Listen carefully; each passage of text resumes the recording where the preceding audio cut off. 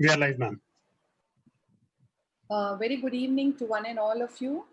We are back with all of you again with our PG update webinar on oculoplasty this time.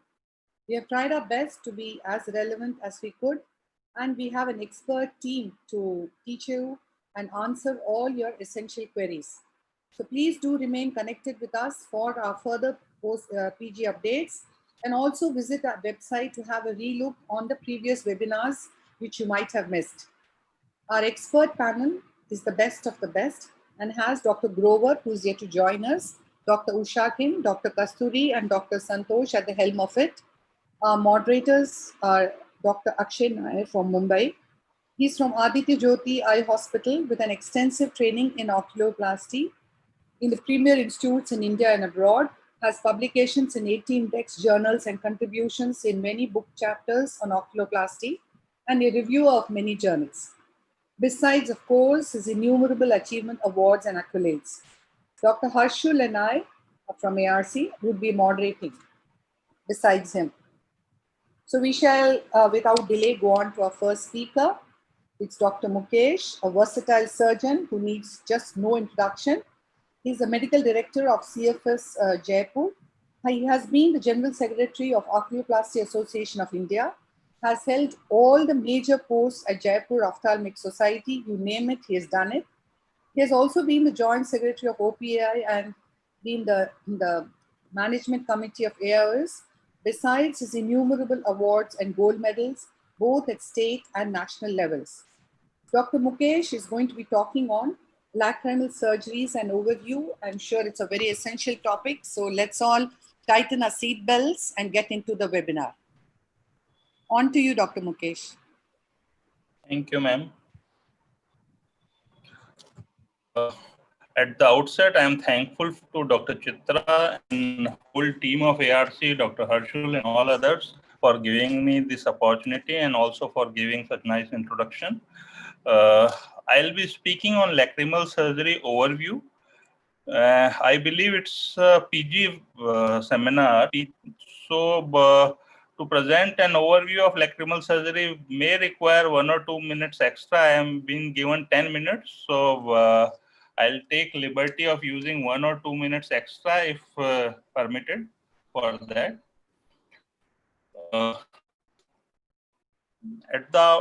Like in the beginning, I should stress that anatomy of lacrimal system, we all should keep in our mind.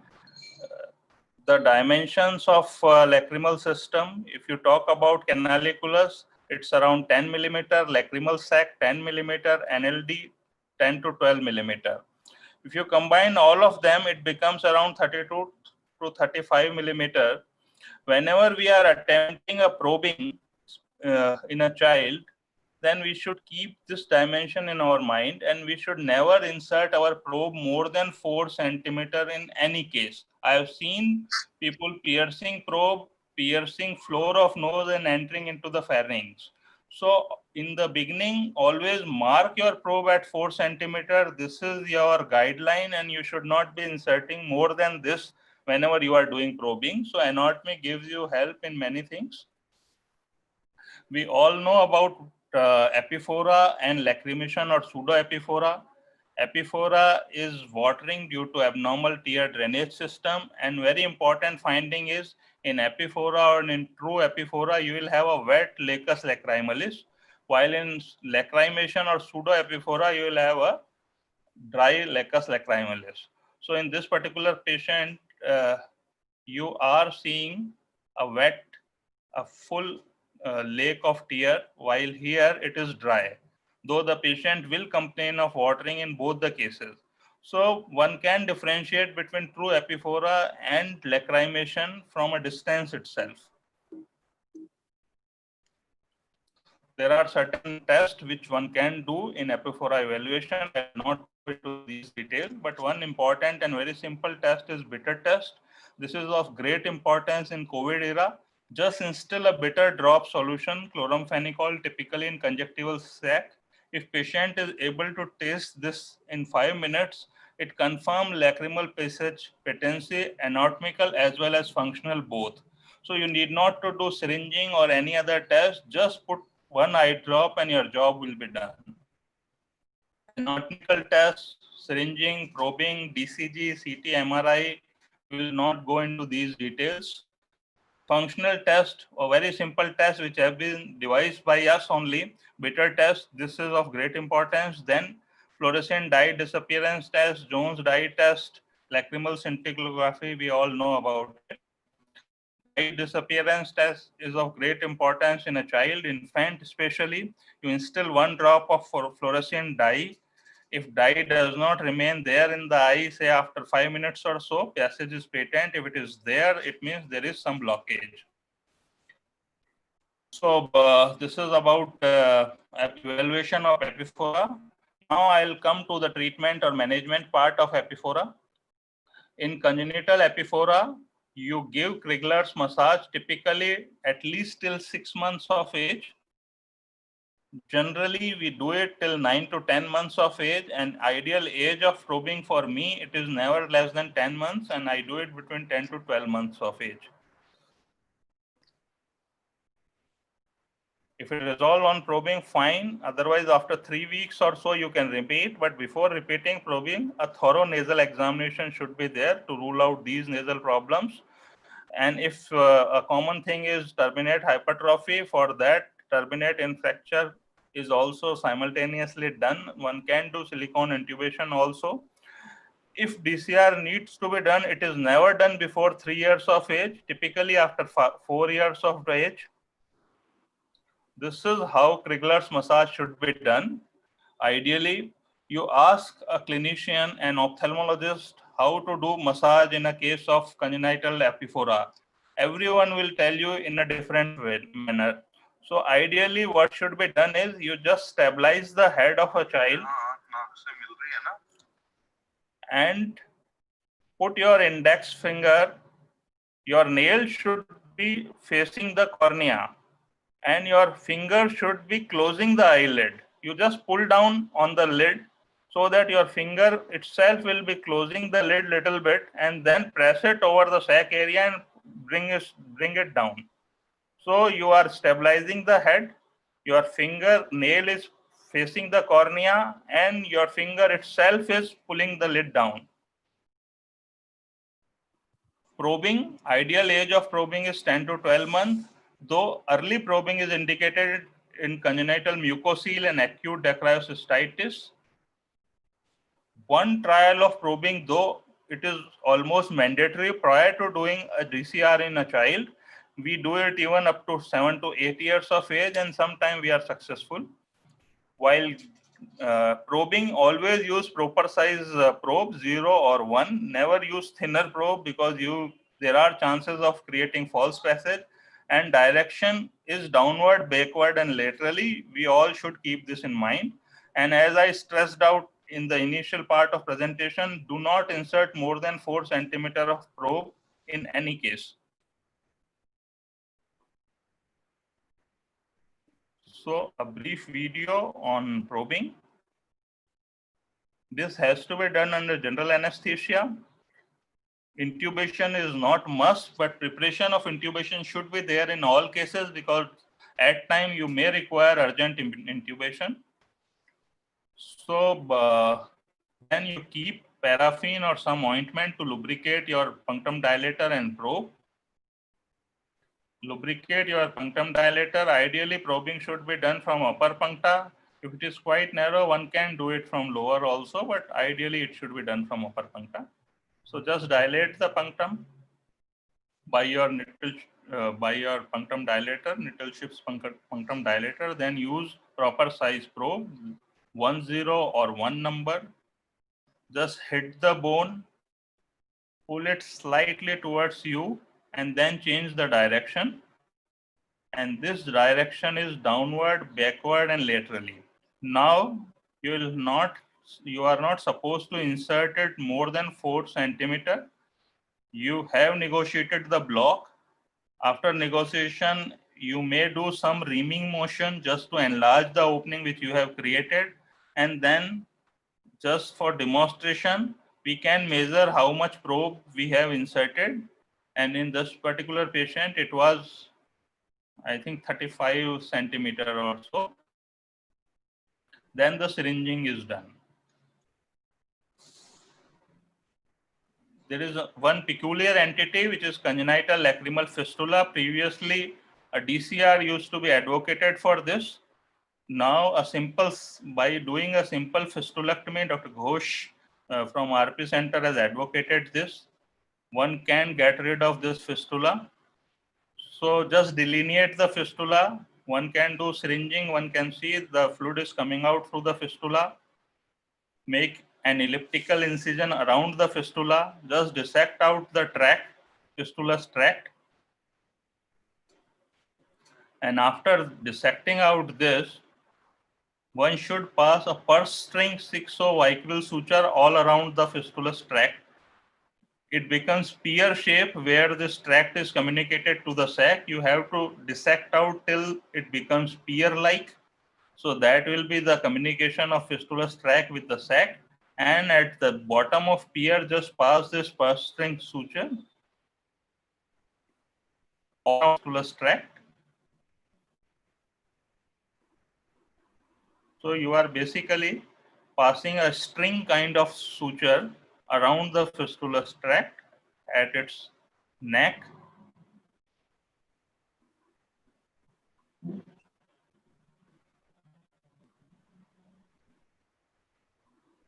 Then just pull it, tighten your suture, and finally excise the fistula's tract.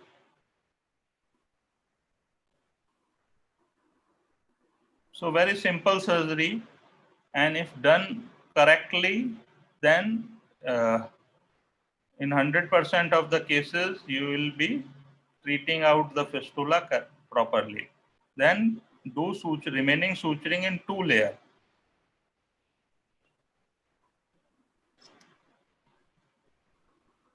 Now coming to the watering in adult, again we have to do proper evaluation of epiphora. If there is punctal stenosis, then repeated dilatation and snipping of puncta may be successful. In some of the cases, we pass mini monoca stent also after doing snipping. In proximal canalicular obstruction of less than 8 millimeter, canalicular trephination with stenting by mini monoca, it is quite successful procedure. In our hand, it is successful up to 70 to 80% of cases. Rarely, you may need to do conjunctival DCR in those cases where it is almost plastered.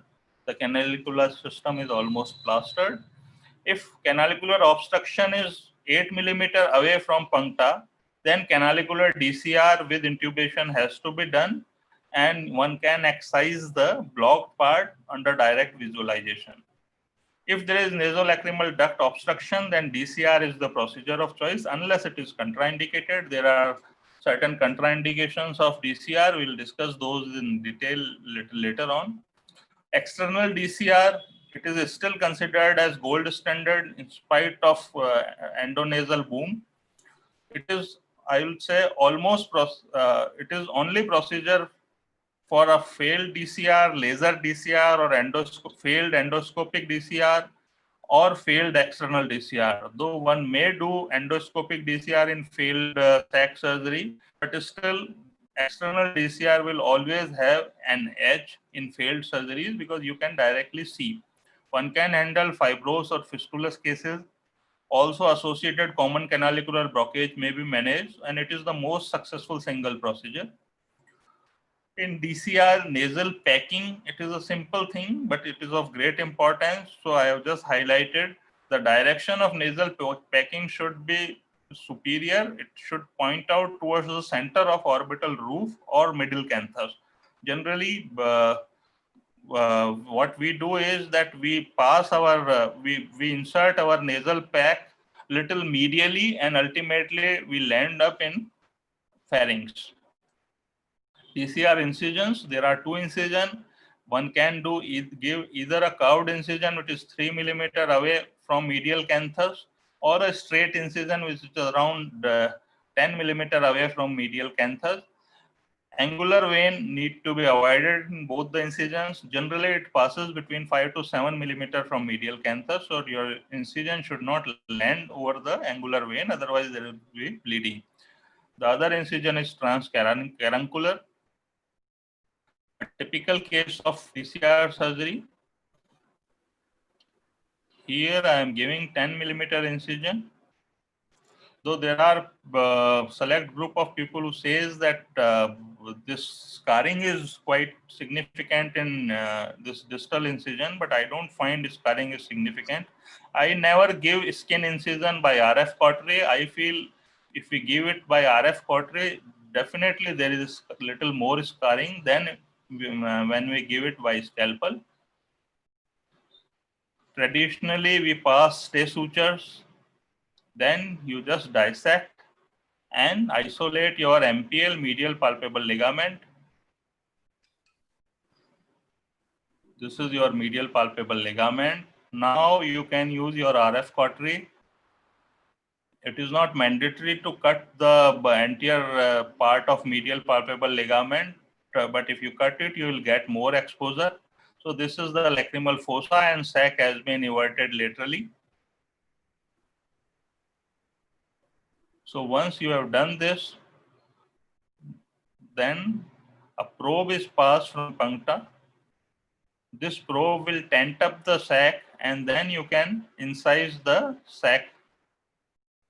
You can make sac flap. If you are making one flap, then make a large anterior flap. If you are intend to do two flap suturing, then you will have to make two flaps.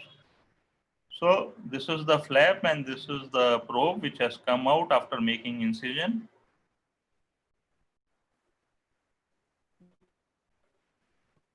After that, just break the thin lacrimal bone by your forceps itself. So this lacrimal bone, we could break it easily with our forceps itself. Sometimes it is thicker and you need to apply a little more of pressure.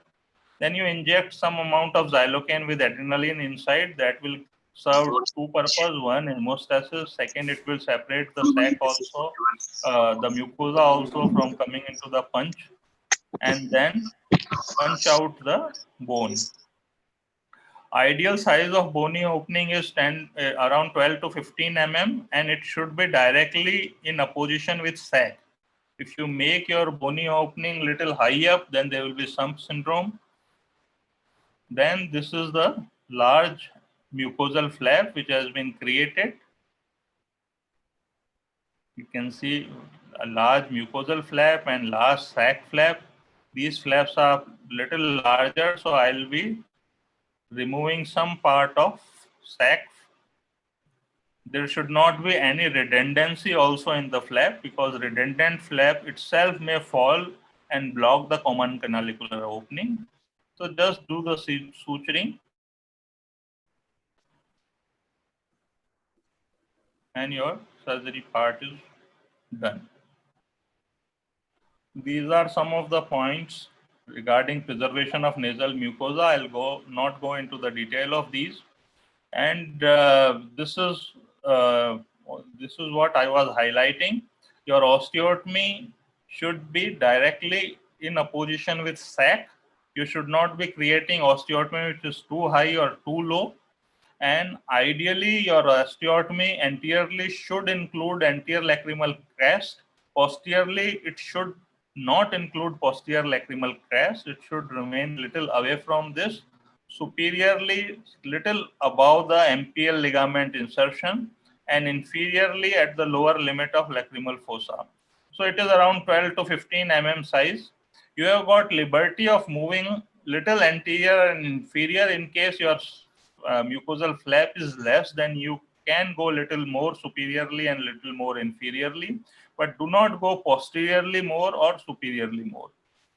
Sump syndrome, if your bony opening is too small and too high, then tears will be collected at the sac, at the anastomose soft tissue part, which will be lower than the bony opening. So by gravity, everything will be collected here, and your anastomosis will not drain out the tear. Suturing technique, one can do double flap suturing, which is the ideal, though single flap suturing also gives you good results. Partial flap, if your flaps are not proper, then it is okay. But if you are not suturing any flap, then your results will be unsure. Though in endonasal suture, DCR, generally this suturing is not done, but still nowadays people do little tucking of these flaps, so the results are good. If you do double flap suturing, then you will be having an epithelialized anastomotic tract, which logically also it should be more successful than the tract formed by a granulation tissue. There are certain contraindications of DCR, extreme old age, young patients, as I told you, it is never done less than 4 years of age, deranged BTCT. Then there are certain sac problems. Then there are certain nasal problems and bony problems. So there are 4 sets of problems which are contraindications for DCR.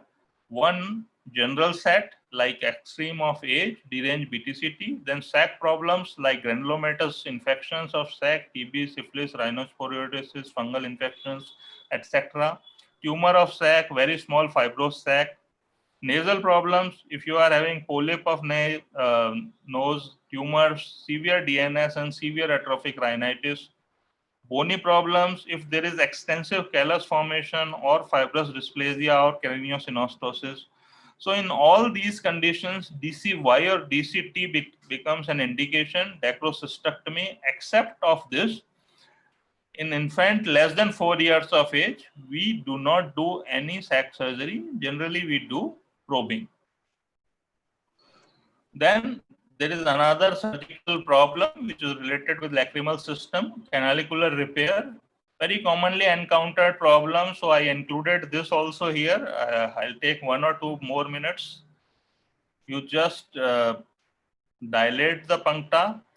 Finding this lateral cut end is quite easy, but finding medial cut end of canaliculus requires some dissection or some amount of visualization. It has to be always done under microscope.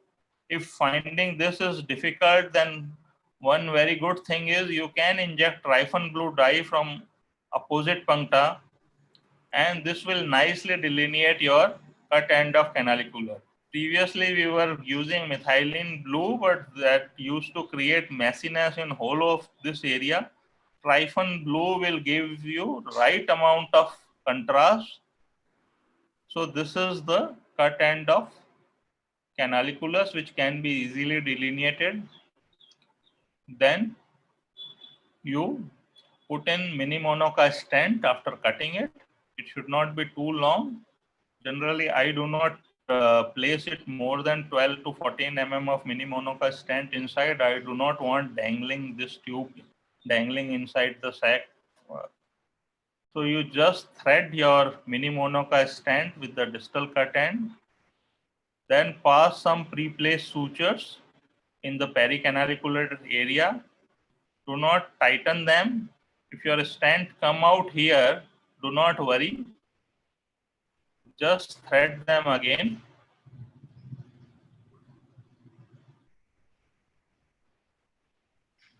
Then tell your assistant to hold this lid, and finally just tighten your sutures. I have stopped passing vertical mattress suture in canalicular repair because I find that passing vertical mattress suture may damage the remaining part of healthy canaliculus. So I just pass some end-on sutures here directly, 2 to 3 end-on sutures, and that gives very good cosmesis. A delayed canalicular repair also can be done. In these cases, pigtail probe helps you tremendously. Just excise out whatever the fibrous tissue is there and use your pigtail catheter from healthy puncta.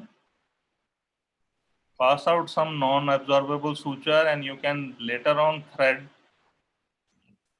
hollow silicone tube also over these sutures. Thank you. Thank you for your patience here. Thank you very much, Dr. Mukesh. That was a wonderful talk. Yeah, Dr. Akshay? yeah, Dr. Mukesh, we have a couple of questions. There is a question that is for you. Essentially, it's asking about traumatic. Dr. Narendra Singh has a question. In traumatic NLDU, do you use intubation? Let me perhaps frame it this way. In which cases would you use an intubation for DCR? Intubation, typically, I do not use it in a classical case of DCR, but wherever failure is anticipated, in a case of repeat surgery, I use this. In traumatic cases also, I use intubation set. And if there is some amount of fibrous tissue I find during surgery, the opening of common canalicular is not very smooth. I am not able to retrieve the probe very smoothly inside the common canaliculus opening. Then also I use the intubation set. But as a routine case, I do not use intubation set because I believe that putting in any additional thing may itself incite some amount of fibrosis. So unnecessarily, I do not use any intubation set. Dr. Mukesh, I'd like to know that what precautions you take to minimize the chances of bleeding at the time of DCR. That becomes very bothersome sometimes, you know. Yeah, so what all actually, precaution you take before starting and during surgery? yeah, actually, this is a very pertinent question, especially for our young surgeons. So precautions, they start before the surgery itself. We do some amount of nasal mucosal blanching by asking patient to use Nazivion or oxymetazoline nasal drop before the surgery. Blood pressure of patient should always remain under control because a BP of 150, which seems innocuous to us, but it may create great bleeding if you are doing a DCR surgery. Then the position of patient is of great importance.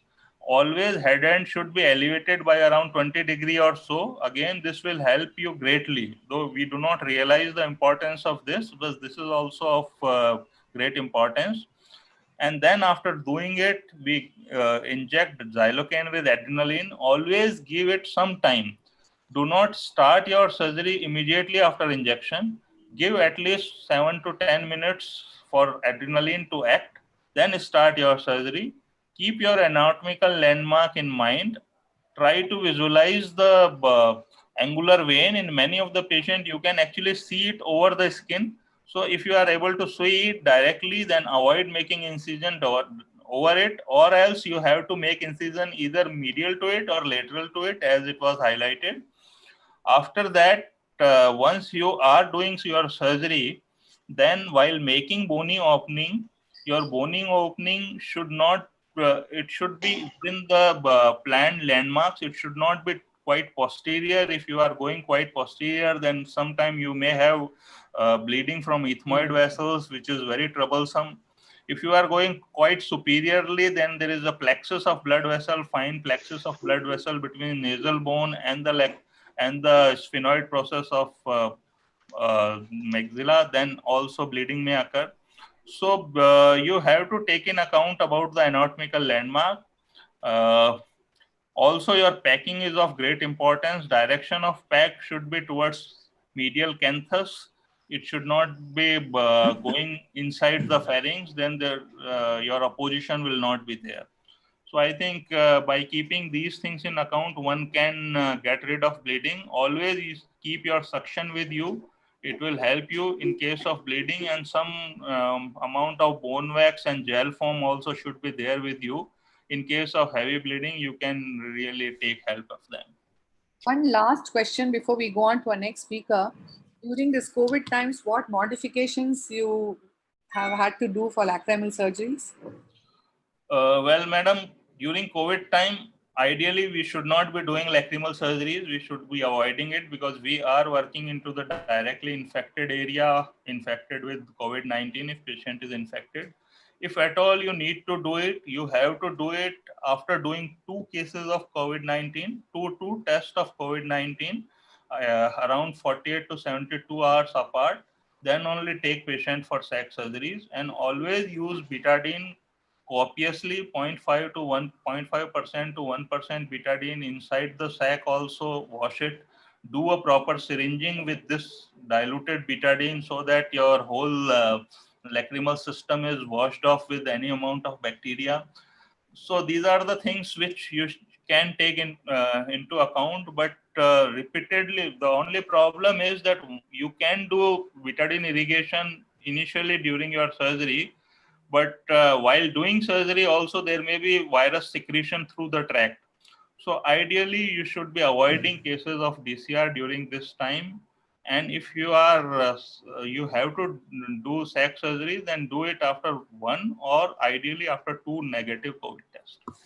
Thank you very much. Dr. Harshul, you could introduce. Yes, yes ma'am. So it's a great pleasure to introduce our next speaker, who is Dr. Mohammad Javed Ali. Dr. Javed is a senior consultant oculoplastic surgeon at L.V. Prasad Eye Institute, and he's heading the Govindram Seksaria Institute of Dacryology. He's also a professor at various universities like University of Singapore. He's an adjunct professor at University of Rochester, professor at Alexander University at Nuremberg. So he's a senior scientist, and it speaks volume of his versatile presence in all the top institutes of repute world over. It's a great pleasure to have you, Dr. Javed, who will be speaking on management of a failed DCR surgery. Dr. Javed. Thank you, Harshul. Am I audible? Yeah, Yes. yeah, please. Yeah, so in the next 10 minutes, I would be speaking on failed DCR surgery. And I thank Dr. Chitra and ARC for giving me this opportunity. This is a very wide topic, and obviously it cannot be covered in 10 minutes, but the idea behind is to give you an overview. And everything that I speak is already published by our group. So in case if you need details, you can have a look at those publications. And in case if you want to see the videos are also published by Springer. So you can have a look at them as well. These are my financial disclosures. So if you look at this paper that we presented, published in 2015 on the etiological analysis of 100 failed acrocystoidinostomy, these were the top 10 reasons why a DCR surgery can fail. And the topmost being cicatricial closure of the ostium, or either the size of the osteotomy has not been good, or the ostium is malpositioned. Now, if you look at these examples, these are examples of complete cicatricial closure of the ostium that you see over here. These are examples where the tube has been, with the cicatricial closure, the main cause has been the stent in this case, or could be a bad granulation tissue response around the ostium, or could be either a non-interfering synechiae or interfering synechiae, like you see here, turbinoceptal synechiae. Or, the remaining, rarely it was possible that we may have misdiagnosed it preoperatively, or we missed a functional component, so those are rare causes. I won't go into those clinical evaluation because I can't overemphasize that any failed lacrimal surgery, the clinical evaluation should include every possible aspect of lacrimal system. The options for revising a DCR, well, there are more than 10 options that are available, but I'm just going to take you through revision external and revision endoscopy, which are the two common ones. And since the theme of this is also taking forward oculoplasty, I would be presenting the use of coronary angioplasty catheters for revising a DCR. Now, external revision DCR, you can see a scar already there, has already undergone external DCR. For me, any revisions, if it is required, now we have enough evidence in the literature that endoscopic approach to revise is far superior than an external approach to revise. Primary, maybe both may be equal, but for a revision, yes, an endoscopic approach is superior, and I'll exemplify why is it so. Now, if you see the incision, Dr. Mukesh has elaborated it very nicely. How to go about doing that. The idea behind when you do a revision DCR is to be able to expose the previous osteotomy. Like here you see this was the area of previous osteotomy. And the next principle is to make sure that the anastomosis that you see here is completely taken care of. And so you have a separate lacrimal sac area now, and this is the past osteotomy. And then the principle is to fashion and harvest the virgin nasal mucosa that is underneath this bony area. So that's exactly what is happening here. So I'm doing an osteotomy superiorly to harvest. What we can see that little bit of the virgin mucosa is available. And there you see that obviously it is not as big as a primary DCR, but it is sufficient enough for having a mucosa to mucosa approximation, like you see over here. And this is the pack that is there. You remove the pack, and then obviously you raise the lacrimal sac flaps again and go by the same principles. And obviously I use, for all my revision cases, I use mitomycin C as well as intubation. And in addition, I also use a technique of mitomycin C injection, which we published, which is called as the COS-MMC technique. And then you obviously close as routine. So I won't go into those details. For an endoscopic revision DCR, I thought I'll just give you one example of what you cannot revise externally. Now, if you look at the possibilities of endoscopic approaches, the idea behind is why we go for an endoscopic approach other than skin, scars, and all those things is a large rhinostomy. A large rhinostomy is possible. You can identify the cause correctly, and that is very important. There may be many DCRs which will have multiple causes, and that is something that may be a little difficult when you are doing externally. And obviously the surgical trauma is much limited because you're quite focused on that. Let me just exemplify. I will not be presenting videos because the mandate of the time is 10 minutes, and I wish to honor that. If you look at this particular case, there is a complete cicatricial closure of the ostium, but look at that middle turbinate. The cause here for this failure is the middle turbinate, which has come and form a synechia, which is called as a turbino-ostial synechia, and that's the reason. So if you go and revise and without taking care of this middle turbinate, it's going to fail back again and again. So what I'm doing here is I'm taking a triangular incision to do something called as partial middle turbinoplasty. So you see there I've done. And once you get rid of the turbinate and you do partial middle turbinoplasty, you can see that the probe is coming beautifully into the thing. And now this is, you can see a partial middle turbinoplasty done here. And then you can see the common canalicular area. But there's still some kind of a scar tissue which is still above the area of common canaliculus, which you would go ahead, and this is a crescent knife, and you can go ahead and reflect the flaps, like you can see here, posterior flap here, and then the anterior flap here. And then you take a ball probe inside and go into the lacrimal sac to take care of any intra-sac synechia. Again, that is something that you would not be able to appreciate if you are doing an external DCR for a revision. And there you see the final picture of it. And then obviously, as I said, 0.2 mg% is what the mitomycin C concentration is there. And then I commonly use Crawford stents or Bika stents, but there are a host of options for lacrimal surgeons, and that is at the discretion of the lacrimal surgeon. Now, this is a minimally invasive way of revising DCR, and there are certain set specific indications where you can go, and there are certain specific protocols, like you inflate it for 8 atmosphere for 90 seconds, and then you again reinflate the balloons for 60 seconds. I won't go into those details, those are all published. But what is important here to remember is that each of these traditional dacryoplasty balloons approximately cost around 25,000 rupees. And that is something which is a little difficult knowing the economic situation in our country. So this is what we use. We use the traditional coronary angioplasty. Obviously, these are very, very long ones because they take through the femoral route.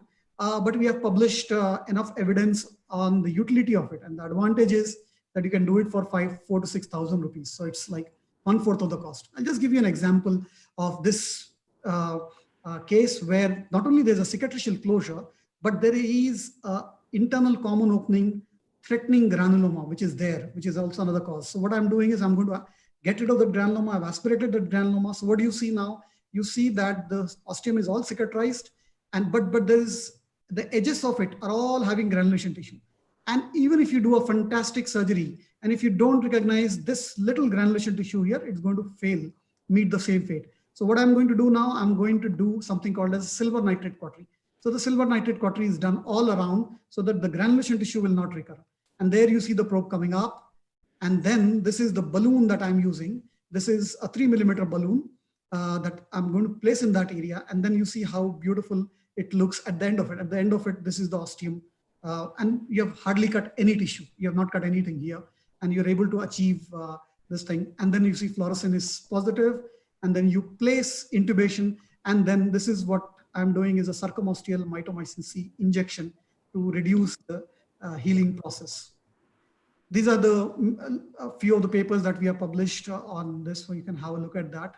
So in conclusion, I would say that we need to do a careful lacrimal evaluation, more so nasal endoscopy, to identify the exact causes of failure. And if you have your principles right, the management and outcomes are usually very successful. Thank you very much. That was, yeah. Please, ma'am. Thank you, Dr. Javed. We have a couple of questions for you. What would be your preferred duration for keeping the stent in place and removing it in a primary case versus a secondary case? Or? Yeah, so either ways, primary and secondary does not depend on the duration. I usually keep it for 4 weeks. And no stent should ideally be kept beyond 4 weeks for 2 reasons. One, if you have done a good DCR, most of the healing happens in the first 2 weeks. At the most, epithelialization completes by 2 weeks. Even if you give a margin of 2 more weeks, beyond 4 weeks, there is no change in the ostium. So you have seen, if you've seen publications, we have shown up to 2 years, follow-up. Beyond 4 weeks, it doesn't happen. That's one thing. The second reason is that if you look at our ultrastructural studies on stents, where we have proved that beyond 4 weeks, there's a development of biofilm. And we know that when the biofilm starts developing, they tend to mount a reaction, inflammatory reaction towards the host, and we don't want any inflammation in that area. So taking these two considerations, 4 weeks is an ideal time. Right. Dr. Javed, yes. You said that endoscopic approach is superior to the external approach in cases of failed. So, Yes. like, how do you decide that in which case you're going to go for external approach again or this, depending on endoscopy, like nasal endoscopy? Yeah, for me, external DCR is an exception. I usually do external DCR only if I'm teaching fellows for some, once or twice a year. But predominantly is endoscopy. One is it's quite easy. And then you finish the surgery within 10 to 15 minutes without hardly any 10-15 ml of blood loss. So, but for revision, yes, any day it is much superior.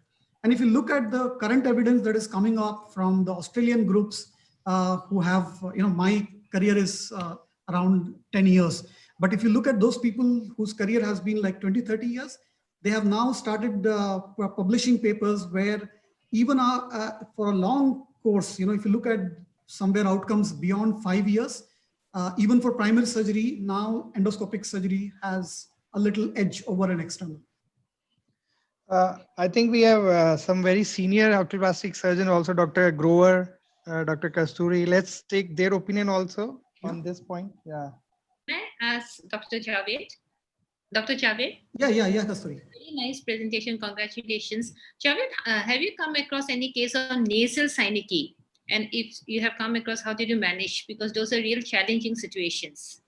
Yeah, so the synecdoches, nasal synecdoches, then you classify them whether they are turbinoceptal synecdoches, whether they are osteoseptal synecdoches, or turbinoosteal synecdoches. And then you classify them whether they are interfering with the internal common opening or not interfering with the internal common opening.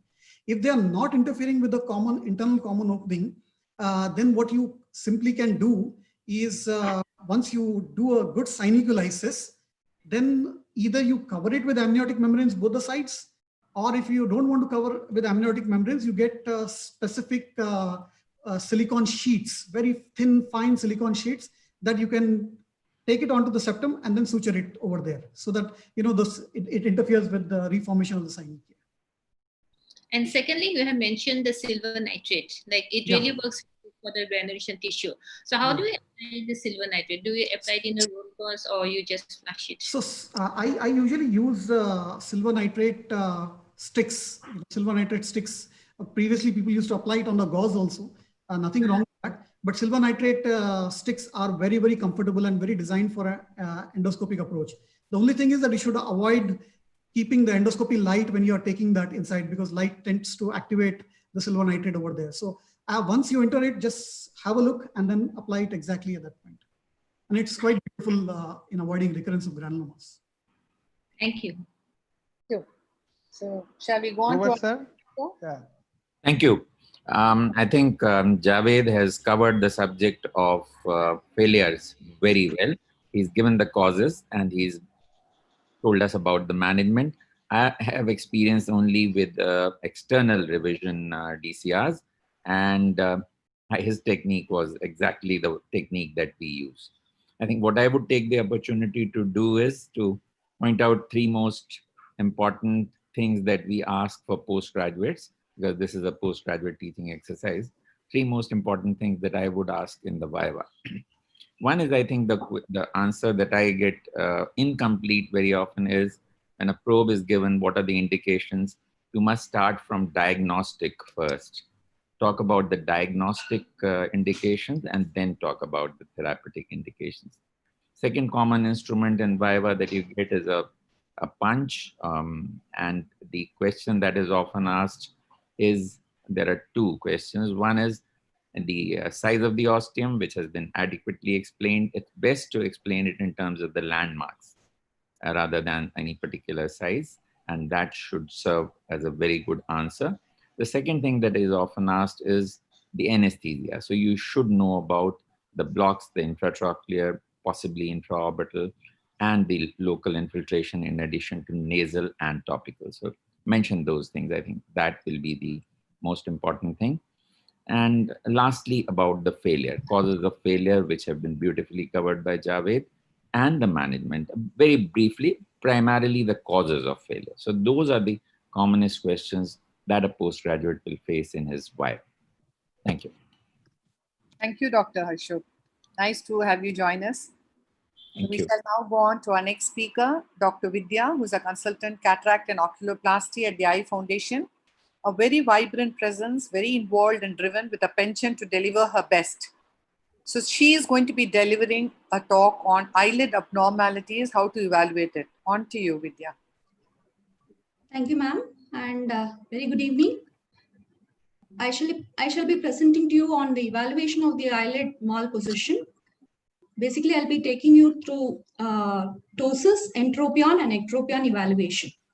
Ptosis can occur in all ages, and when a patient presents with droopy eyelids, we need to remember that it is mainly a sign and not a diagnosis. So we need to evaluate ptosis to find out the cause and arrive at the management plan.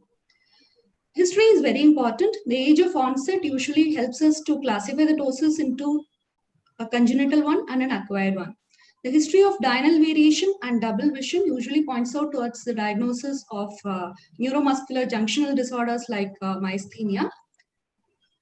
We need to ask about the history of abnormal eye and facial movements. For example, this kid, when presented with a jaw winking phenomena, the diagnosis is quite obvious. It's a Marcus-Gunn jaw winking phenomenon. Sometimes patients may also present with complaints of droopy eyelids when they actually have some abnormal facial eye movements, facial dystonias like hemifacial spasm or apraxia of eyelid opening or benign essential blepharospasm.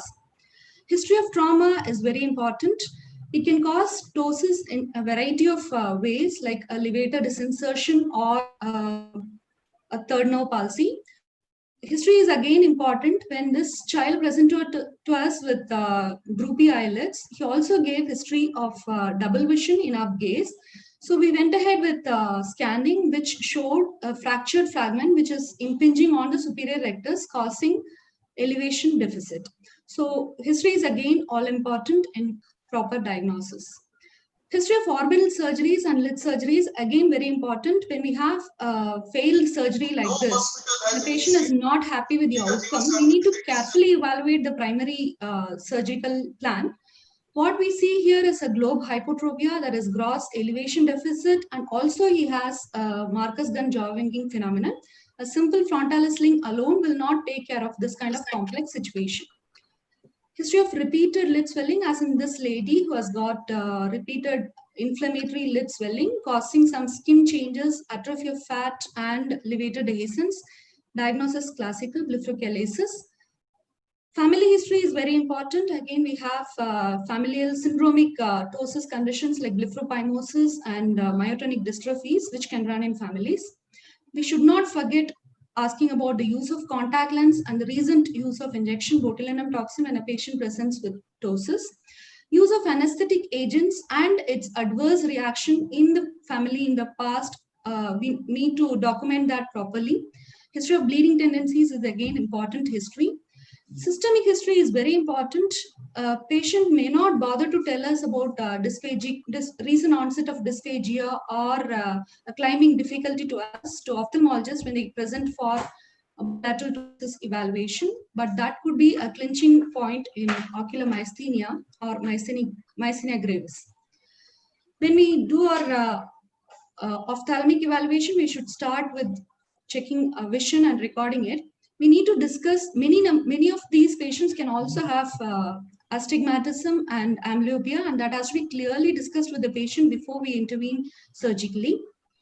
Head posture is another thing that we need to check. Patients may present with head tilt or chin up position.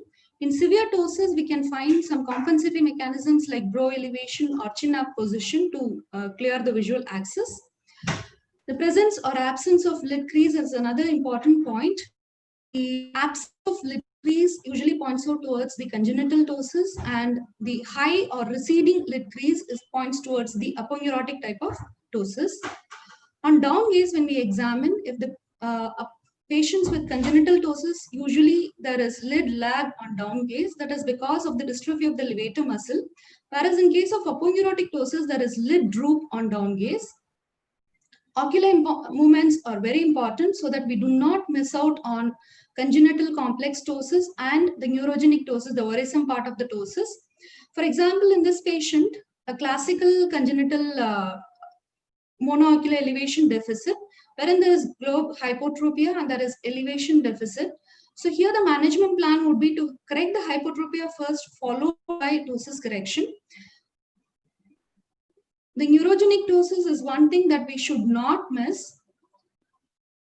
Here is a patient with a classical third nerve palsy, presenting with ptosis and limitation of ocular movements, depression, elevation, and adduction. Any significant anisocoria, we need to evaluate these patients immediately with radiodiagnosis. MRI or MRA would be preferred to rule out the PCOM aneurysm, which is the most common thing. Patient with aberrant regeneration following third nerve palsy can usually present with lid retraction on down gaze, so otherwise called as a pseudo-1-graphy sign. Again, the treatment would be really tricky in these patients. As I mentioned, there is pupillary examination is another important point that we should not miss. It helps us diagnose the third nerve palsy and Horner syndrome.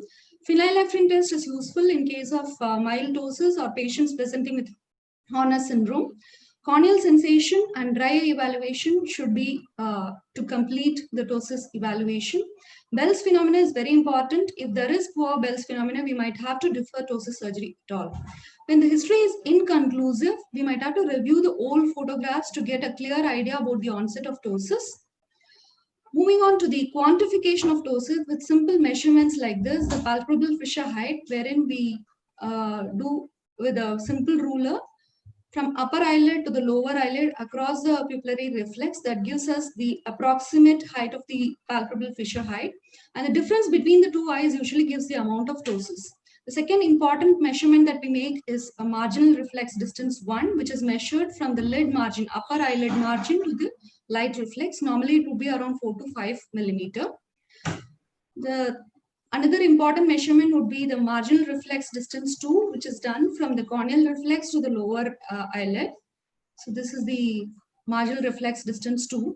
By making these measurements, we could find out the difference in MRD. The difference between the MRD of the two eyelids would give us the approximate amount of ptosis, and we can classify the ptosis into mild, moderate, and severe based on this. If it is less than 2 millimeter difference, then it falls into the mild variety. If it is more than 4, it falls into the severe variety. The all-important measurement in a case of ptosis would be a LPS action, the amount of LPS action based on which we perform our surgical correction. So this is done from the maximal down gaze position to the maximal upward up gaze position after negating the action of the frontalis. Less than 4 millimeter would indicate that there is a poor levator function, and more than 15 would be an excellent levator function. Levator function in a child is very difficult to measure. The indirect clue would be the presence of lid crease, which says that there is an adequate amount of levator function. Or the other words, presence of anomalous head posture again points out that it can be associated with poor levator function in a child.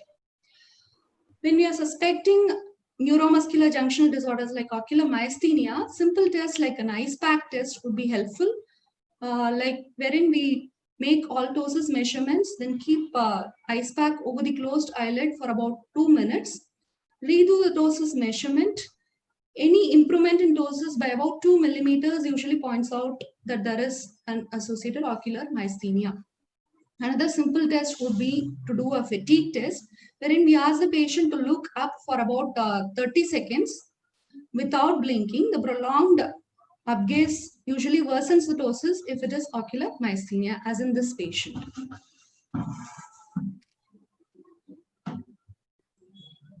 Once we're done with the measurements, we need to rule out these mimickers.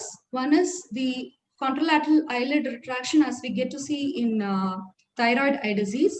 The second thing is a ptosis, as in this patient. The third would be more common condition, the redundant upper eyelid skin, otherwise a dermatochalasis. There are simple upper lid mass like a capillary hemangioma, which can be easily treated with topical and oral beta blockers. Neurofibromatosis, which causes an S-shaped ptosis and associated with capillite spots. And our history should guide us towards the towards the diagnosis of post-traumatic enophthalmos, wherein there is enophthalmos and movement restriction as well. Moving on to the evaluation of ectropion and entropion. Normally, our lid margin is a square-shaped structure which is in close opposition to the globe, and the change from the lid margin to the conjunctiva is quite abrupt. As we age, there are different involutional changes that happens around the eye. One is the canthal laxity, this descent of the canthal position. There is also shortening of the intercommissural distance, and there is redundancy of the orbital septum and skin. All these changes might result in ectropion, which is an outward turned eyelid, or entropion, wherein the eyelid margin is turned inwards. A patient with ectropion can present with different manifestations like this, like chronically inflamed conjunctiva. In long-standing cases, it can as well go for keratinization also. There can be an exposure keratopathy. More commonly, they can present with punctal, lacrimal pump failure.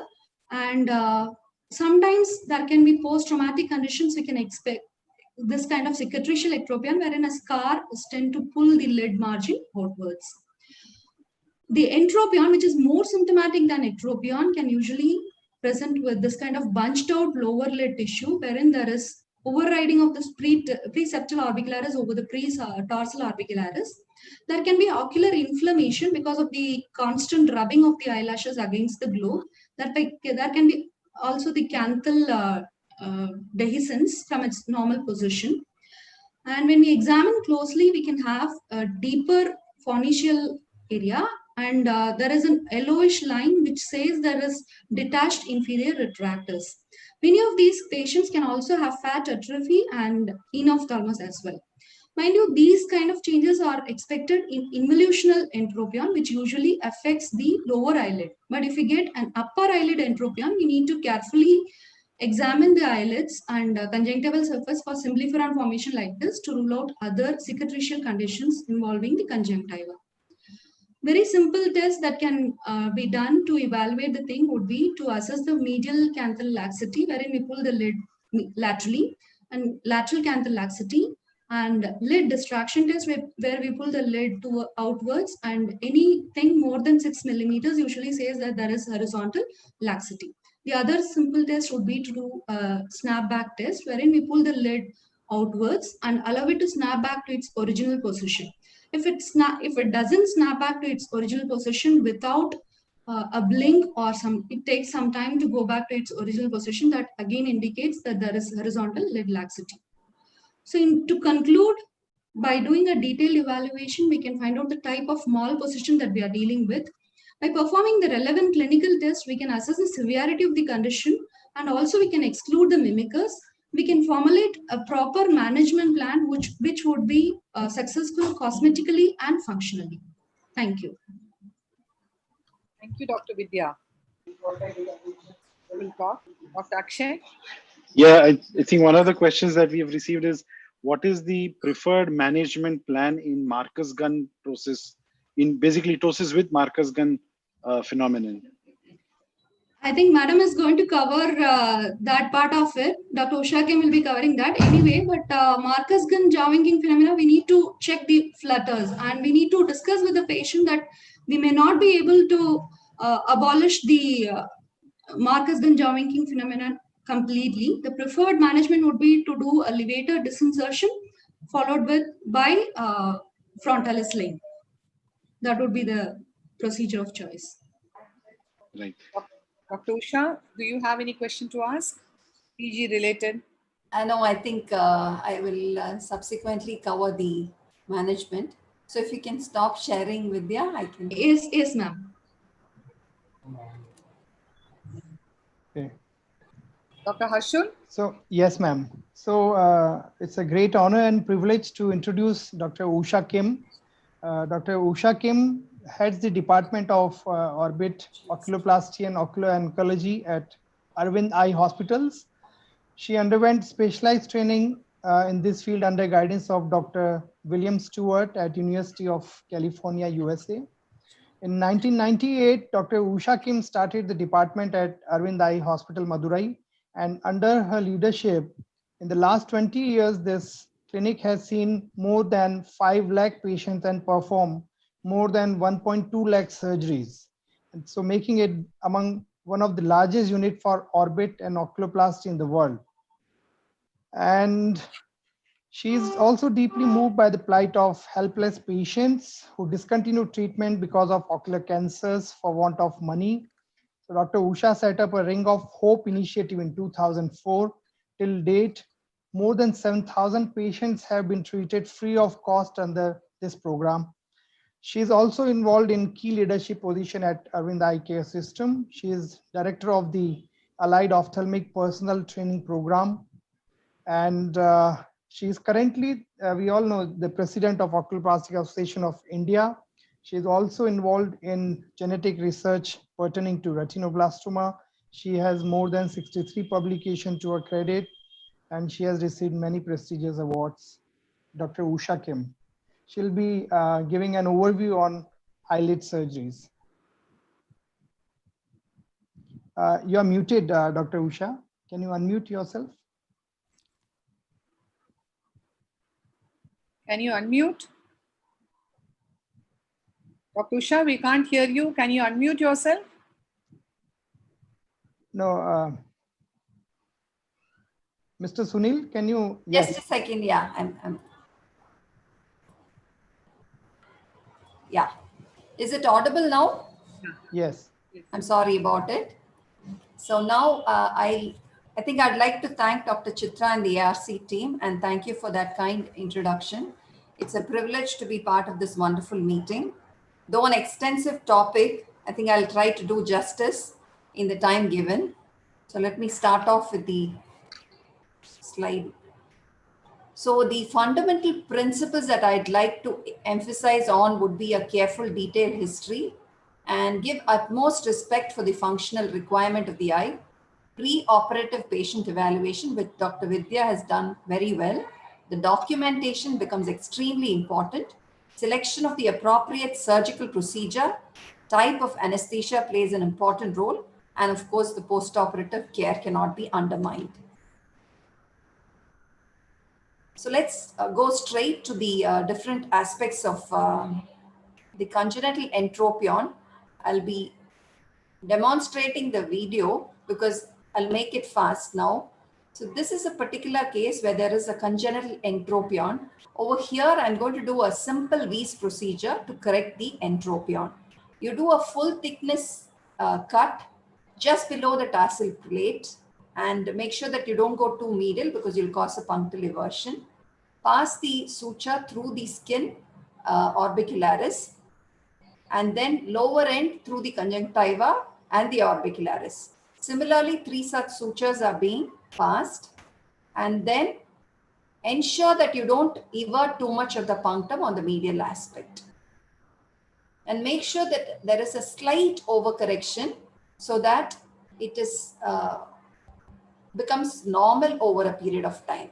So that's the case preoperatively and postoperatively. Now coming to epiblepharon, this is a fold of skin which is usually medial in aspect and accentuated on down gaze. And the treatment is pretty straightforward. Sorry.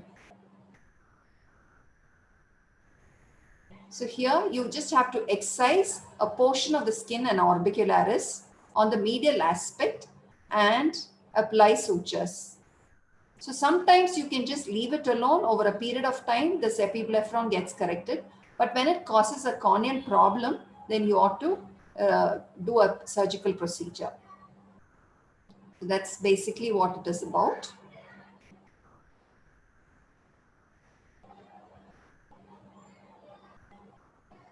It's very simple and can be done by any practicing ophthalmologist. So the next procedure is the wheeze in an elderly person. I'll repeat this procedure because it's a very important and a very simple procedure. And often in the elderly patients, you come across this kind of an involutional entropion. And here again, you make a through and through incision just beneath the tarsal plate and then apply the sutures through the skin orbicularis, leaving the tarsal plate on the upper end, including the conjunctiva and the orbicularis on the lower cut end, and coming out through the conjunctiva and the orbicularis and the conjunctiva, and out through the orbicularis and into the skin. So you're making the sutures close to the lid margin, and there is an eversion immediately on the table that you can notice. Similarly, 3 such sutures, again care to be taken not to go too close to the medial aspect, because eventually it can cause a punctal eversion. So that's basically the sutures, and the extra skin can always be excised, and you can do the suturing just like in the previous case that I had shown earlier. Now coming to the quick cuts procedure. So the wheeze was without skin laxity and the quick cuts is with laxity. So here you can see you're combining a wheeze procedure along with an excision of a portion where you have the laxity. So you're excising a portion of the lid, lower lid, and then you are doing a wheeze procedure as shown previously. And in addition, you're trying to repair the excised portion. So that's what we're basically doing. So without a laxity, wheeze procedure is ideal. With lower lid laxity, you should do a quick cuts procedure. And it's pretty straightforward because you would do like any lid tear and approximate the cut end. That's how it looks basically. So again, in congenital entropion, as I showed you earlier, it was a wheeze procedure. Without laxity, again with wheeze procedure, and with laxity, we will be doing a quick cuts procedure. Now let's look at the Jones procedure, where I'm doing an external approach. You could do a transconjunctival approach as well. When you do the external approach, you would visualize the white line, which is the lower lid retractors, and all you need to do is reattach the lower lid retractors to the tarsal plate by using sutures to approximate the lower lid retractors and the skin, the tarsal plate through the skin. So 3 such sutures again. This procedure again can be done transconjunctivally also. Now in lower lid retractors retracting, you would see a white line as you in the fornix, where when you know that the retractors have retracted. So this is a procedure for plicating. Now let's do the tarsal wedge resection, which is a procedure for upper lid entropion.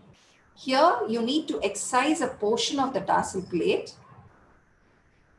and then you pass the sutures. Once the excision is done, you pass the sutures, careful resection of the tarsal plate. Upper lid entropions are quite difficult, and it's often in cases of entropion, and there might be cases where you do repeat procedures. So here what you need to do is pass through the upper edge of the tarsal plate out into the lower portion. So which means you are reducing the tarsal plate height, which means you eventually evert the upper lid. That's basically what you need to do for a tarsal wedge resection. And you have to pass the sutures as shown. Now, lateral tarsal strip is a procedure done both for entropion or ectropion. So here you basically have to make an incision in the lateral canthus and excise a portion of the extra tarsal plate, and then you keep the tarsal plate devoid of conjunctiva and skin and pass permanent sutures through the cut end of the tarsal plate and approximate it to the superolateral aspect of the orbital rim.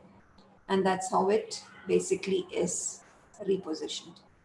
Now, ectropion, you have involutional, mechanical, paralytic, cicatricial, and spastic. I'll quickly run through some of the procedures. So basically in ectropion, you need to revise the scar in cases of scarring causing ectropion. You could do a Z-plasty, which is 2 triangular flaps transposed to achieve the change in direction, basically change the direction of the pull. And then for extensive scars, you probably might have to resolve doing a skin graft. Over here, I just tried to show you, demonstrate how the different stages of the grafting. You actually have to excise the scar tissue and measure the amount of skin that is required. We often resort to taking skin from the post-auricular region. If it's very small, you can even take pre-auricular. If you need very large grafts, then you can even go to supraclavicular or upper forearm, and the skin is excised and then it's grafted. You can do it both for upper and lower lid. The size of it is important. You need to measure the amount required and you can slightly oversize it. Now you have a situation like this where you have an ectropion and there is a hypertrophy of the conjunctiva, which results in a scenario like this, for which you can just excise a portion of the extra skin in the form of a pentagon and reattach the tarsal plate to the orbital rim. And this is how you are able to achieve a result. Now let's look at the paralytic ectropion, where you might have to do a medial canthoplasty when there is a medial ectropion, a medial and lateral canthoplasty or a lateral tarsal strip in a generalized ectropion. You may also have to do a medial canthal resection. Now let's look at this procedure where there is an improper lid closure. So you can do a scleral spacer where you need to disinsert the levator and then from the tarsal plate and lengthen the levator aponeurosis by using a scleral graft. So the graft is sized in such a way that if there is a 1 millimeter lag off, then you need to add a 3 millimeter scleral graft. So here it's approximated just like you would approximate a levator aponeurosis on the tarsal plate, and the superior edge is attached to the cut end of the levator. So which means you are indirectly lengthening the aponeurosis, which gives a nice closure. So mild lid retraction, you can use a simple procedure like Mullerectomy, where you just have to evert the upper lid and you can infiltrate the conjunctiva, and the Muller's muscle is attached to the lower end of the tarsal plate and goes into the levator aponeurosis. So all you need to do is make an incision on the conjunctiva and dissect the Mullers from the lower end of the tarsal plate and from behind the levator aponeurosis. So it's a very simple procedure and it's done for a very minimal lid retraction. So all you need to do is apply buried knots so that you don't cause any corneal abrasions. And this is basically a very simple procedure, and you use apical sutures. This can be used in very minimal retractions in thyroid orbitopathy as well. Now the surgical options in ptosis depends upon the amount of ptosis, the levator action and associated comorbidities, which was spoken very well by Dr. Vidya.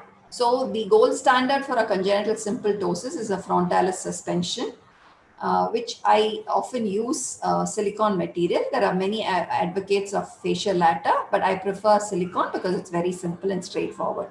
I use the Fox pentagon, where you have 3 incision sites above the brow and 2 incision sites on the just above the lid margin. So you have to pass the needle through each of these incision sites, and caution not to damage the cornea underneath. So you can use a protective guard. So you pass through each of these incision sites and come out through the summit of the pentagon. Again, it's a straight needle which you can bend it to your convenience for the ease of passing through each of these incision sites. Once you bring it out, there is a sleeve through which you have to pass the needle and tighten the, so the point of correction should be at the upper limbus. And once this is done, you need to put a closure suture, because usually it's done in young children where they are under a general anesthesia. So closure might become a problem in these children. Now, Blepharophymosis syndrome, Dr. Vidya did show a familial picture where it's acquired and it's autosomal dominant, where you have epicanthal folds, you have ptosis, and also telecanthus. So in this particular patient, I've done the viviplasty and also done a little lateral canthoplasty and a frontalis sling. I've not done a telecanthal correction because it requires a transnasal wiring, and it is done usually when it is absolutely necessary.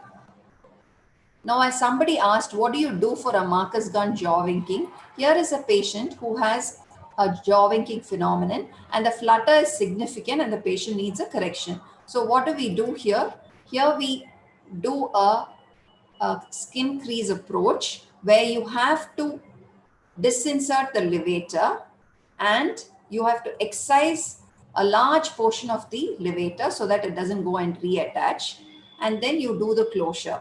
On top of the levator resection or cutting off the levator, you also need to do a frontalis sling, because once you have the levator excised, you will end up having a ptosis. So you need to do an additional frontalis sling in this particular patient. Now, once the frontalis sling is done, like what we did earlier, you also have to remember that you have to measure the amount of flutter and also see which is predominant. Is it the ptosis that is predominant or the flutter that is predominant? So this, I did not show you the in the previous surgery, the sleeve that is being used, and that sleeve has to be buried deep into the subcutaneous tissue, underneath the subcutaneous tissue. And then the closure is done. Now we need to see how it has worked in this particular patient. There was a pre-op flutter. Now the flutter is gone and the ptosis is corrected. So basically in Marcus gun jaw winking phenomenon, which was a question asked, you have to do a levator excision. You have to be careful cutting the medial and the lateral horns, because even if a few fibers are attached to the tarsal plate, the flutter can remain. It's not very uncommon to have a remnant of these flutters, but it's okay when it's not a very large flutter. Now, Fasinella servat, I use that particular technique in this particular scenario. There is a neurofibroma here, which you can obviously see, but I tried doing a bit of a debulking and a Fasinella servat procedure where you do a tarsoconjunctival resection. And you can notice that in this particular scenario, it has worked very well for this particular patient. And it's very particular, you have to customize it. It's not possible in all the cases. Here we just debulked and did a bit of a tarsoconjunctival resection. And here again, you have to use buried sutures, and that's how it looks post-surgery. And this is the post-operative picture. Now here, again, a levator resection. I've combined it with the blepharoplasty in this particular case. So here you have an excess skin. I didn't want to repeat the surgery, so I excise the skin preoperatively. I mark the excess skin. I excise the portion of the skin that's excess. This is a case of blepharochalasis, so there is an excess skin there. And then identify the levator aponeurosis, which is attached to the tarsal plate. excise the pre-aponeurotic fat. You can either excise or cauterize and attach the aponeurosis to the tarsal plate. 3 such sutures are applied using the 6-0 Vicryl sutures, which is absorbable. And once each suture is applied, you have to compare it with the other eye. Ensure that the contour of the upper lid is maintained. It has to be an almond shaped, ideally. Excise the excess levator, excess skin, and then apply sutures. You can apply with a non-absorbable or an absorbable suture. You always compare it with the other eye, both in the sitting posture and in the lying posture. So thank you very much. That's all from me at the moment. I'm open for questions. Thank you very much, Dr. Kim. That was an amazing talk for all of us. Right, ma'am. Ma'am, yeah. So, ma'am, there's a question for BPS, Blepharophymosis Syndrome. Yeah. When there are all 3 components, would you do it in a staged manner, or would you consider doing a single stage? I think Dr. Kasturi ma'am has also published her results, and there are a few other authors who plan doing it at a single stage as well. Yeah, this is a most controversial topic, but my preference has been a single stage because it has worked in my hands. But I think we should leave it to the surgeon to decide. But my preferred surgery would be one piece. You do all 3 procedures in one single sitting, and it has worked very well. Right. Ma'am, Dr. Kasturi, your opinion on this is? Yeah, I do agree. Like whatever I have published, we have done a comparative study between the multi-stage and the single stage. We found that in India, one of the most, difficult situation comes because of the follow-up losses. The follow-up losses is so high, but I feel the multi-stage gives you a more better judgment and a more better evaluation, and you can titrate the amount of the revision or whatever you want to do.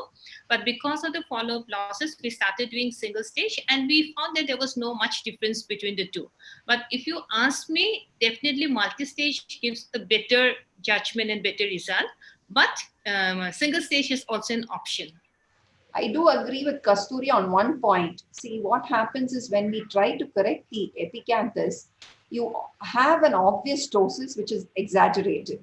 So if you give it some time, probably you will be able to make a better judgment. But the fact, as she's pointed out, is that we need to do the procedures in one stage. Otherwise, patients don't come to us, especially when it is to be done under general anesthesia. So I do agree. But our results have been quite acceptable.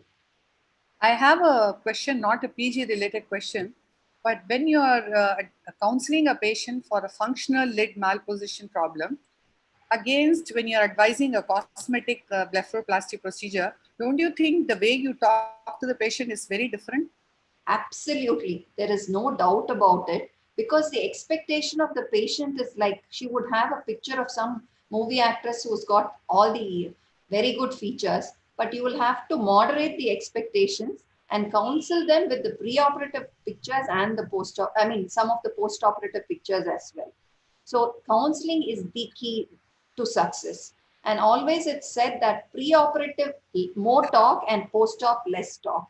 Preoperative becomes an explanation and post-op becomes an excuse. So it's always better to counsel the patients upfront as to what to expect. Dr. Kasturi, there is a question that what is the sequence of surgeries in a case of blepharophymosis syndrome? Like, what do you correct first? And yeah, actually, blepharophymosis is basically a tetrad. It has a phimotic lid, it has a ptosis, it has got the epicanthus inversus, and also sometimes a lateral laxity.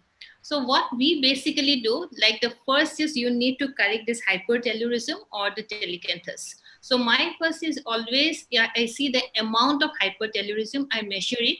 If it is somewhere between more than 30, then I usually go for transnasal widening, and also I go for the Master Z plasty. But if I see that it is not so advanced, the blepharoplasty, it is somewhere between 24 to 30, then I go for YV plasty. When I plan for a YV plasty, then I go for single stage. But if I plan something like a Master Z plasty, which is actually a double YV plasty, along with the 2 transposition.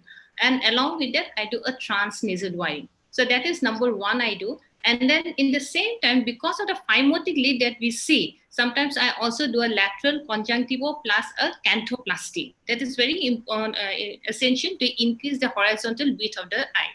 So that is the second stage I do. And lastly, I do the ptosis correction. For the ptosis, Usha has shown very nicely how to do with a frontal sling. But what I feel in blepharophymosis, the lids are very ptotic and they're little, very phimotic and they're little thick. So in such situation, I prefer using a fasciolata. So ptosis is the last stage. First, the epicanthus inversus and the hypertelorism. Secondly, a lateral canthoplasty along with the conjunctivoplasty. And third is a ptosis correction, which is a frontally sling, but fasciolata. Thank you. So, Harshul, you could start the Yes, next. ma'am. Dr. Hamid, you could get your slide sharing.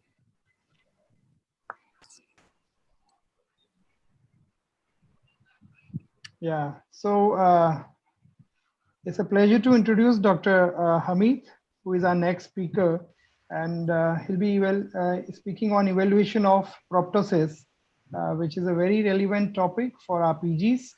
And he's currently the consultant in the Eye Foundation group of hospitals from Bangalore. He specializes in orbit oculoplasty in pediatric ophthalmology, and he has done his post-graduation and residency at AIMS, New Delhi.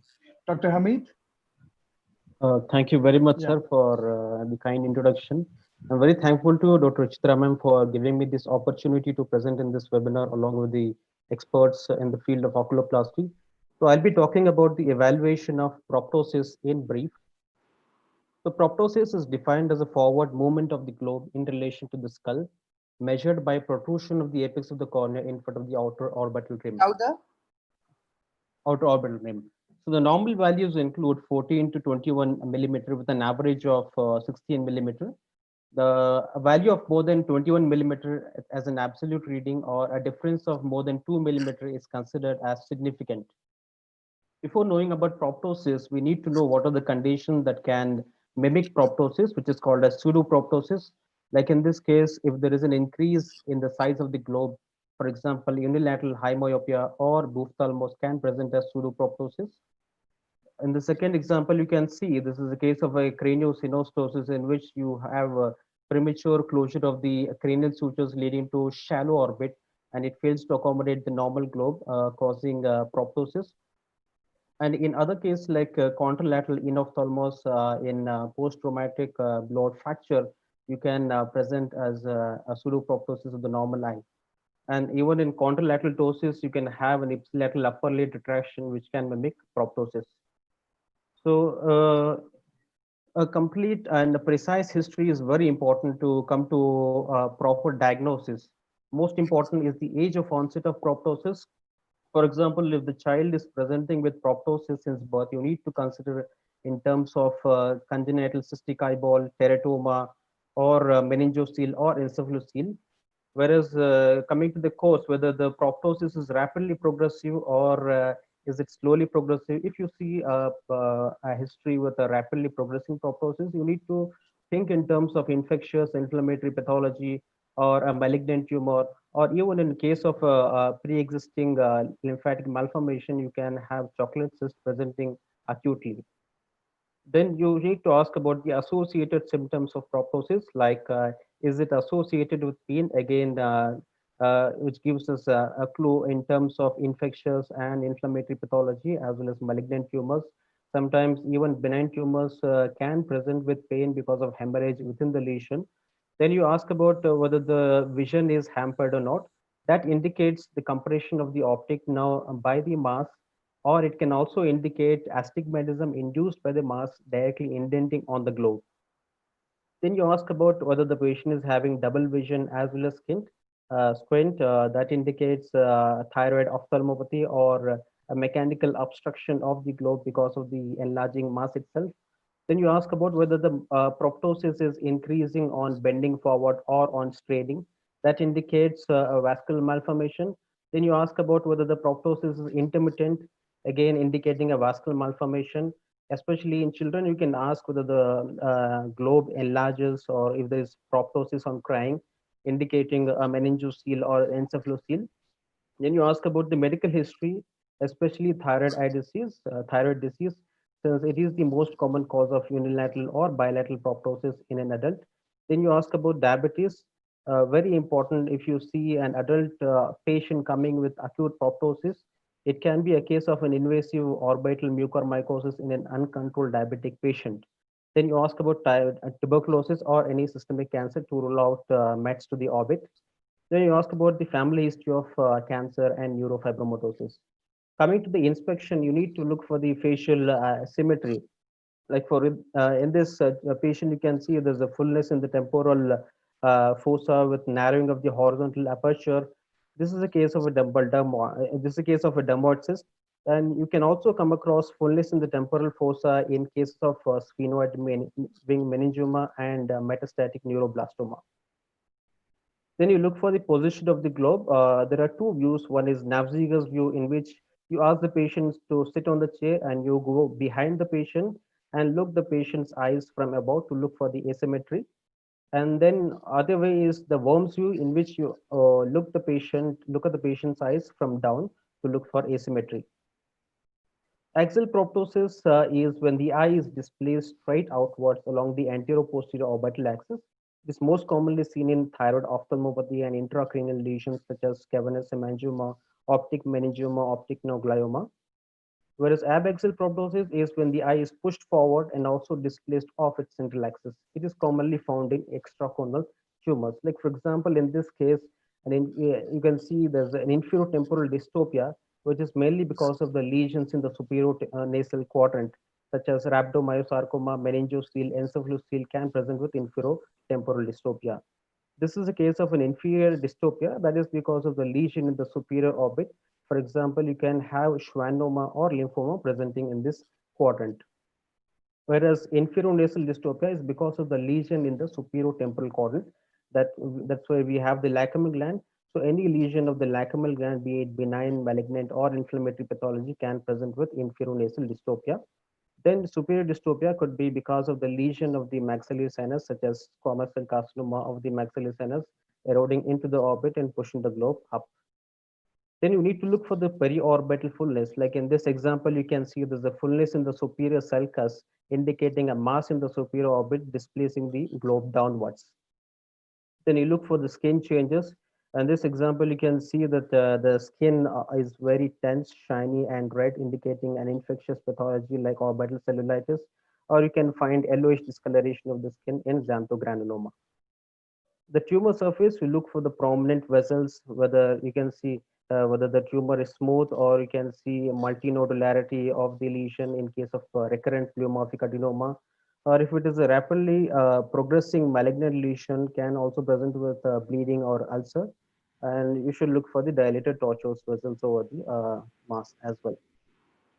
Valsalva maneuver is important in case of especially high flow vascular malformation and orbital varix. You ask the patient to close the nose and the mouth, and or you can ask the patient to bend forward and measure the size of the lesion, or you can measure the amount of proptosis before and after Valsalva maneuver to look for any change. This is a case of a pulsatile proptosis. You can see the patient is also having multiple neurofibromas on the skin. It is a case of a neurofibromatosis with a sphenoid ring dysplasia leading to transmitted pulsation into the globe, causing pulsatile proptosis. Pulsatile proptosis is also seen in cases of high flow keratocavernous fistula. Then very rarely you may come across something called as chewing oscillopsia. This is a case of a dumbbell dermoid in which you can see there's an extraorbital component as well as intraorbital component. Whenever the patient is chewing, there's a contraction of the temporalis muscle pushing the extraorbital component into the intraorbital component and causing chewing oscillopsia. Chewing oscillopsia can also be seen in extensive removal of lateral orbital wall as well. Then in the eyelid, very important to look for the signs of thyroid eye disease, since it is the most common cause of proptosis in adults. We look for the signs of lid lag, lid retraction, or lateral flare.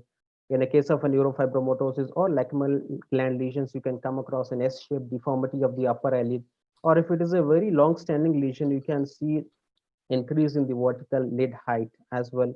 And in some cases, like metastatic neuroblastoma, you can have recurrent ecchymosis of the eyelid as well. Extraocular movements, very, very important. So, for example, in this case, you can see there's cysticercosis of the superior rectus LPS complex leading to limitation of elevation. Extraocular movement will be restricted even in case of thyroid eye disease or any mechanical obstruction to the movement of the eyeball by an enlarging mass, or direct compression of the cranial nerves can also cause extraocular movement restriction. Conjunctival of nasal examination, and this you can see a bluish discoloration of the superior fornix indicating an underlying vascular malformation, or you can come across a solid chemosis in the case of a metastatic neuroblastoma, or you can come across something like purplish reddish lesion in the superior fornix seen in orbital varix. Or you can see in an elderly patient with a pinkish mass in the inferior fornix indicating lymphoma. And also you should carefully look for dilated tortuous corkscrew vessels in the conjunctiva, which is seen in high flow cavernous fistula, or chemosis in a case of rapidly expanding tumor or a chocolate cyst in a lymphangioma. Exophthalmometry is very, very important. It measures in an anterior-posterior plane the distance between the apex of the cornea and a bony point. It is usually taken to be the deepest portion of the lateral orbital margin with the eye looking straight ahead. There are usually three types, which is absolute exophthalmometry, in which the amount of proptosis is compared to a normal standardized value. Comparative proptosis, in which the amount of proptosis is measured in the same eye compared from time to time.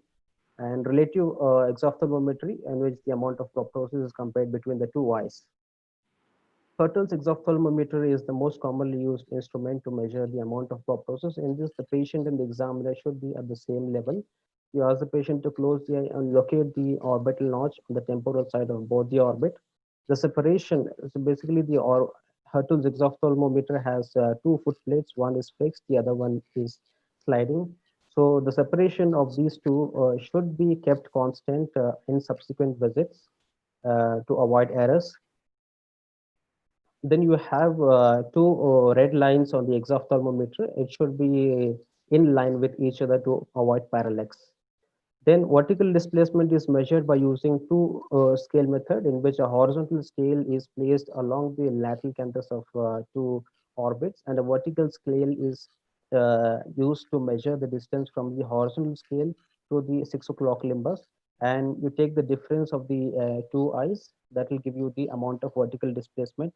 Whereas horizontal displacement, you take a mark on the center of the nasal bridge and you measure the distance from that mark to the nasal limbus of each eye, and the difference between the two measurements will give you the amount of horizontal displacement. Then you have Lutz exophthalmometry. It's a simple single transparent plastic ruler which is having reading on both the sides to avoid parallax.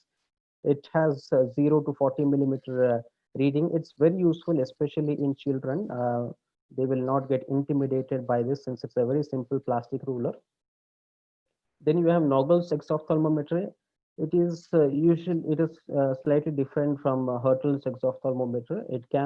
It rests on the superior as well as inferior orbital rims. It doesn't require lateral orbital rim, so it can be used in cases where there is fracture of the lateral wall of the orbit. And it also measures globe dystopia along with axial proptosis. So palpation, you start with the orbital rim to look for any deformity. Then you relax the orbital septum by asking the patient to look up and feel for any mass. You locate the mass and measure the extent and look for the border of the mass.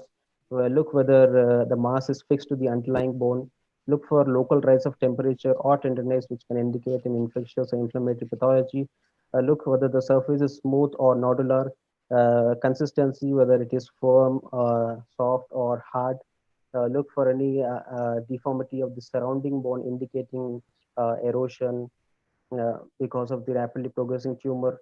Then you do a retropulsion test, in which you ask the patient to close both the eyes and you use your thumb to push the globe gently backwards and look for whether the lesion within the orbit is compressible or not.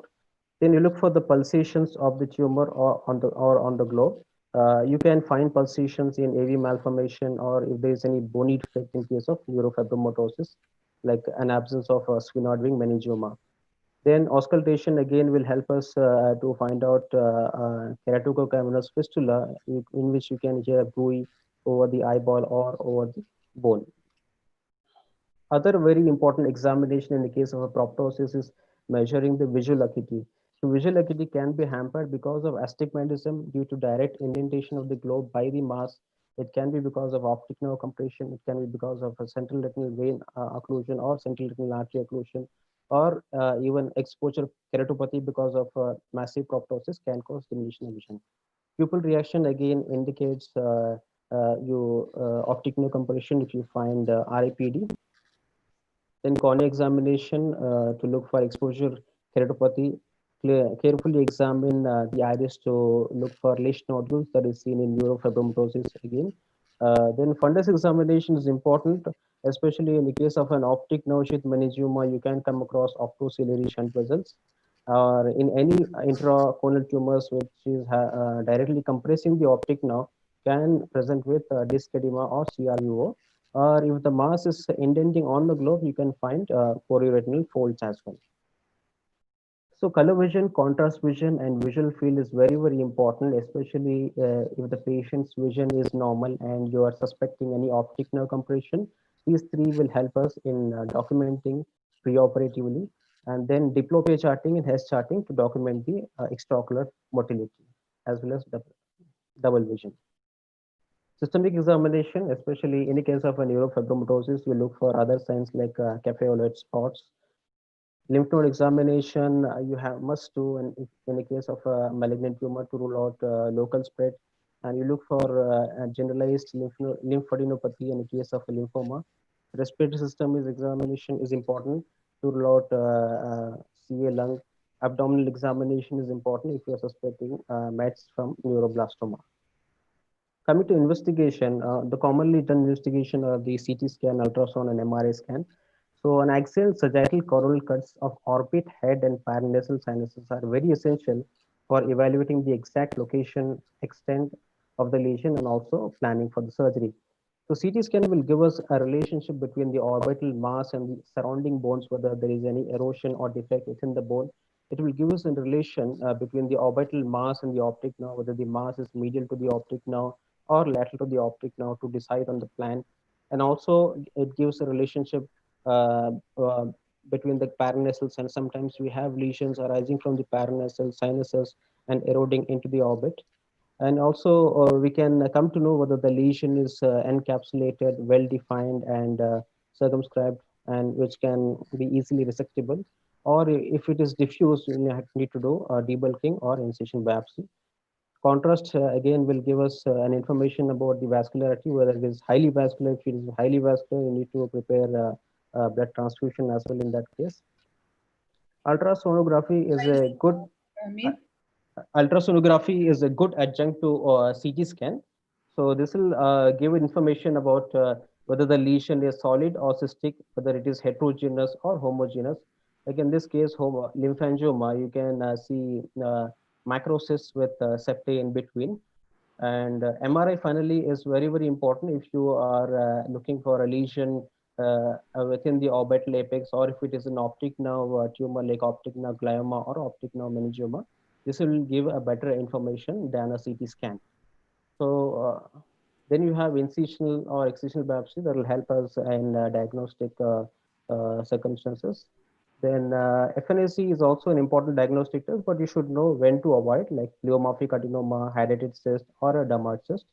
Peripheral blood smear again is very important in children to rule out leukemia. And there are other tests that you need to do, like thyroid function test or other markers to rule out systemic granulomatous diseases as well. Thank you. Thank you very much, Dr. Hamid. We'll go on to the next speaker because we're running quite late and you have a lot of great speakers on the anvil. Dr. Santosh Honawar is our next eminent speaker who's going to be dwelling on orbitotomy. Dr. Santosh is very well known, a prolific figure, medical director of CFS Hyderabad. An editor of IGO in his second term, he has brought the most admirable and awe-inspiring trajectory in IGO, its peaking impact factor and enhanced patronage, a surgeon par excellence, innovative and a genius. His postgraduate teaching program is what I would particularly like to refer to, the iFocus, which has raised the platform of learning for the postgraduates to the highest unbeatable standards. And it goes without saying that this brilliant individual has had his own endless list of trophies and gold medals along his career path. On to you, Dr. Santosh. Thank you, Chitra. Am I audible? Yes. Okay. Chitra is the dynamic and innovative chairperson of ARC. Thank you, Chitra, for thinking of oculoplasty, which constitutes about 30 to 40% of your main cases in the exam and also the main questions.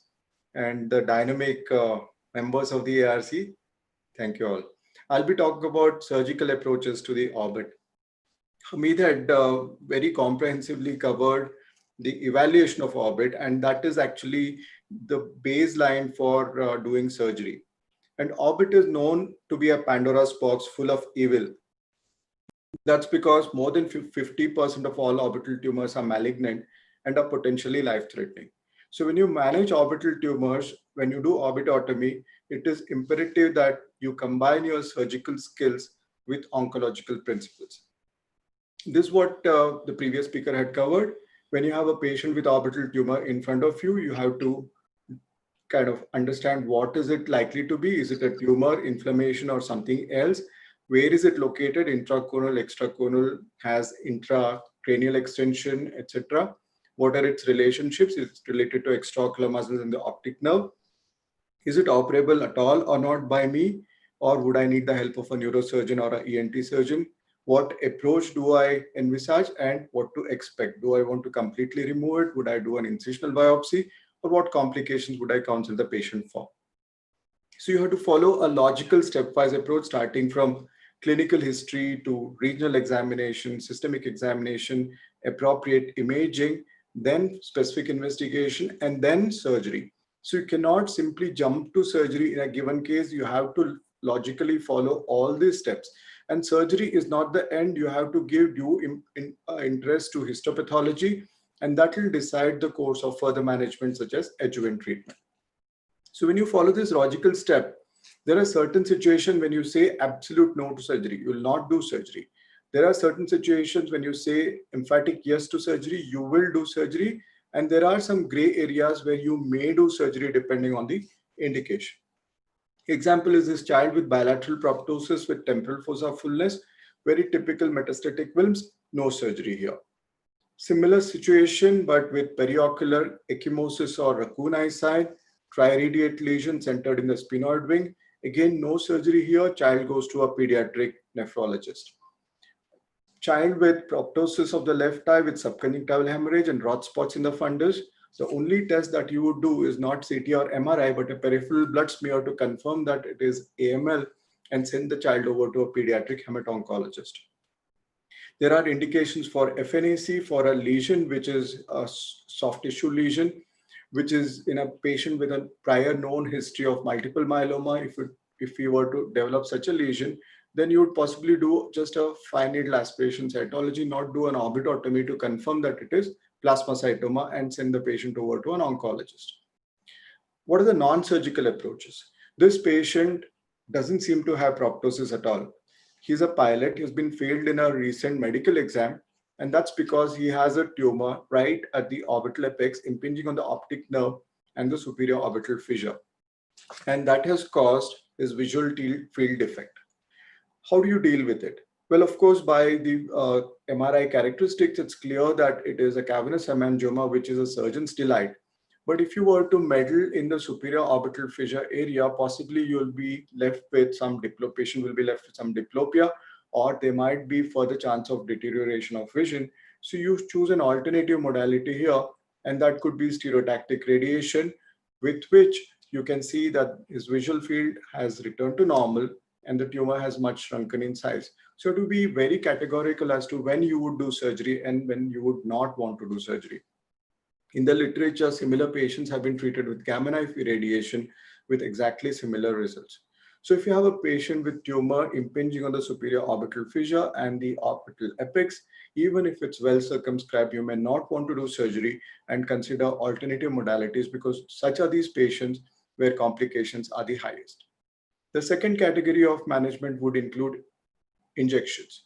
Patients with orbital lymphangioma, a young lady with mild proptosis, she only wants cosmesis for her proptosis, and also she wants to get rid of these multiple episodes of increase in proptosis whenever she has a URI, etc., comes for surgery.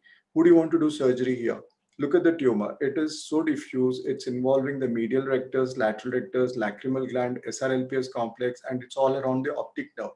Whichever you may approach from, say, supromedial, supralateral, wherever you may go into, excise or debulk this tumor, you have a possibility of having complications. She has no functional problem at all. There you would choose an injection. Injection Picibanil did the job here. 3 injections of Picibanil, and you can see that the intraconal space is well cleared and she has gotten the cosmesis that she wanted. She has symmetry in both eyes now. So that was Picibanil. And if it's a macrocystic lymphangioma, you aspirate the content, that is blood, and inject a drug, either Picibanil or bleomycin, with very good results. Bleomycin is a very good drug in the absence of Picibanil, which is not very commonly available. It's used in the dose of 1 international unit per ml, and doxycycline is coming up in the dose of 10 milligram per ml. Also is the use of Tisilu. All these drugs are to be very conservatively injected when the lesion is in the intraconal space, because there might be complications. One more patient with injection of bleomycin, one more similar patient with injection of bleomycin. So drugs such as these work very well, injectables in lymphangioma. Now, what about a patient who is suspected to have eosinophilic granuloma, where the lesion is involving the dura there? Of course, curettage is the treatment of choice, but the complications of curettage in these patients are quite significant because the tumor is involving the dura. And in these patients, we do a very safe biopsy from the middle of the lesion, not go anywhere close to the dura, confirm the diagnosis intraoperatively using frozen section methods, and then under visualization, inject a steroid, that is triamcinolone, right into the lesion, and over a period of 6 months, you can see bone actually very nicely remodeling without any complications. So these are some of the indications for injections. This is one more patient with eosinophilic granuloma, much resolved with 1 injection of triamcinolone. The next category is incisional biopsy. Whenever we suspect a malignant tumor where the lesion is poorly localized and infiltrative, where complete excision may cause functional problems, or if the lesion is associated with crucial structures, thus making a complete excision critical in terms of complications, then, or for intraoperative diagnosis, you do an incisional biopsy. But the method of doing biopsy is very important, because 8 to 20% of orbital biopsies result in misleading or non-specific diagnosis, mainly because of poor sampling. Now, this is a patient who has a superior orbital lesion, a young child, a 6-year-old child. We always do biopsy from 3 layers and send to the pathologist. In the superficial biopsy of this patient, this was done from this aspect. You see predominant fibrosis and inflammation. Suppose I were to restrict the biopsy to only this area, then my diagnosis in this child would be orbital inflammation. In the mid zone and the deep zone, we found the tumor, which was embryonal rhabdomyosarcoma. So if you do a unrepresentative biopsy or do just a superficial biopsy, then you may miss the diagnosis. This is a patient, young adult with bilateral proptosis with a lesion which is extending both to the right as well as the left orbit, and paranasal sinus involvement, where superficial biopsy again showed inflammation and fibrosis. This is tissue reaction, and the deep biopsy showed granulomatous inflammation, and GMS stain showed fungal granuloma. So whenever you plan a biopsy, you have to do a layered biopsy from the periphery, mid-zone, and go to the core or the epicenter and estimate the depth based on CT and MRI, and that will make your incisional biopsy diagnostic. The last bit is about excisional biopsy, which is actual orbitotomy. This can be done for either benign or malignant tumors, which are well localized and circumscribed. So this is the key word. If the lesion, whether it is benign, malignant, or whatever it may be clinically or radiologically, as long as it is well localized and circumscribed, non-infiltrative, not associated with critical structures, then you would want to do an excisional biopsy, because you don't want to get into the orbit again in such circumstances, because these are least complicated surgeries, well circumscribed lesions which are not associated with critical structures. Now, surgical approaches are neurosurgical or endonasal, which are not in our realm. But when it comes to orbital approach itself, depending on the location of the tumor, anterior, mid-orbit, or deep orbit, you have transcutaneous, transconjunctival, and combined. Coronal, I would leave out. Now, anterior orbitotomy, transcutaneous, these are the incisions that we have. One is Lynch incision, which is a supromedial incision. This is a typical ENT incision, but it's been modified to make it smaller. This is sometimes useful in extremely medial lesions which are around the trochlea. If you don't want to disturb the trochlea and go from that approach, it is perfectly all right. It will not leave a very ghastly scar. Then you can do a vertical lid split incision, split the lid vertically like that, iatrogenic lid laceration you create, and go right into the supranasal fornix. This is a very useful incision if you again don't want to disturb the trochlea and the supraorbital nerve. Very rarely used, but it is a useful incision. Then upper eyelid crease incision, whichever the location, it could be medial, it could be central, or it could be central to lateral with a lateral flare. That is called Harris incision or upper eyelid crease incision. You may want to know the names because some of these names are asked in the exam. And the subbrow incision, B for Benedict. Subbrow incision goes by the name of Benedict. In inferior, you have subciliary incision, which is right under the lashes, or a lower eyelid crease incision, which goes by the name of Davis. This is a typical modified Lynch incision. It need not be as inferior as this. It could be just restricted to this smaller incision, and rest of the dissection can be subcutaneous. This is a patient with orbital lymphangioma earlier, where bleomycin was not available. We had debulked it by using a vertical lid split incision. Now, eyelid crease incision is a very versatile incision. It can be used for lesions such as dermoids. It can also be used for preseptal lesions. So whenever you talk about eyelid crease incision, it is just an incision, but the approach could be either preseptal or posterior to the Whitnell's ligament. When the lesion is posterior to the Whitnell's ligament, it is not logical to cut the Whitnell's ligament. Although this particular approach has been described, whenever a lesion is posterior to the Whitnell's, you do what is called a trans-arcus approach. You go to the arcus marginalis and come forward from there rather than splitting the Whitnell's as is shown in this picture. And the same lid crease incision can be used for lateral orbitotomies, combining it what is called a marginotomy or removal of the overhanging bone. So this particular incision is extremely good for anterior orbitotomy. This is the Benedict incision, which is right in the middle of the orbit. Now, these are the lower eyelid crease incision.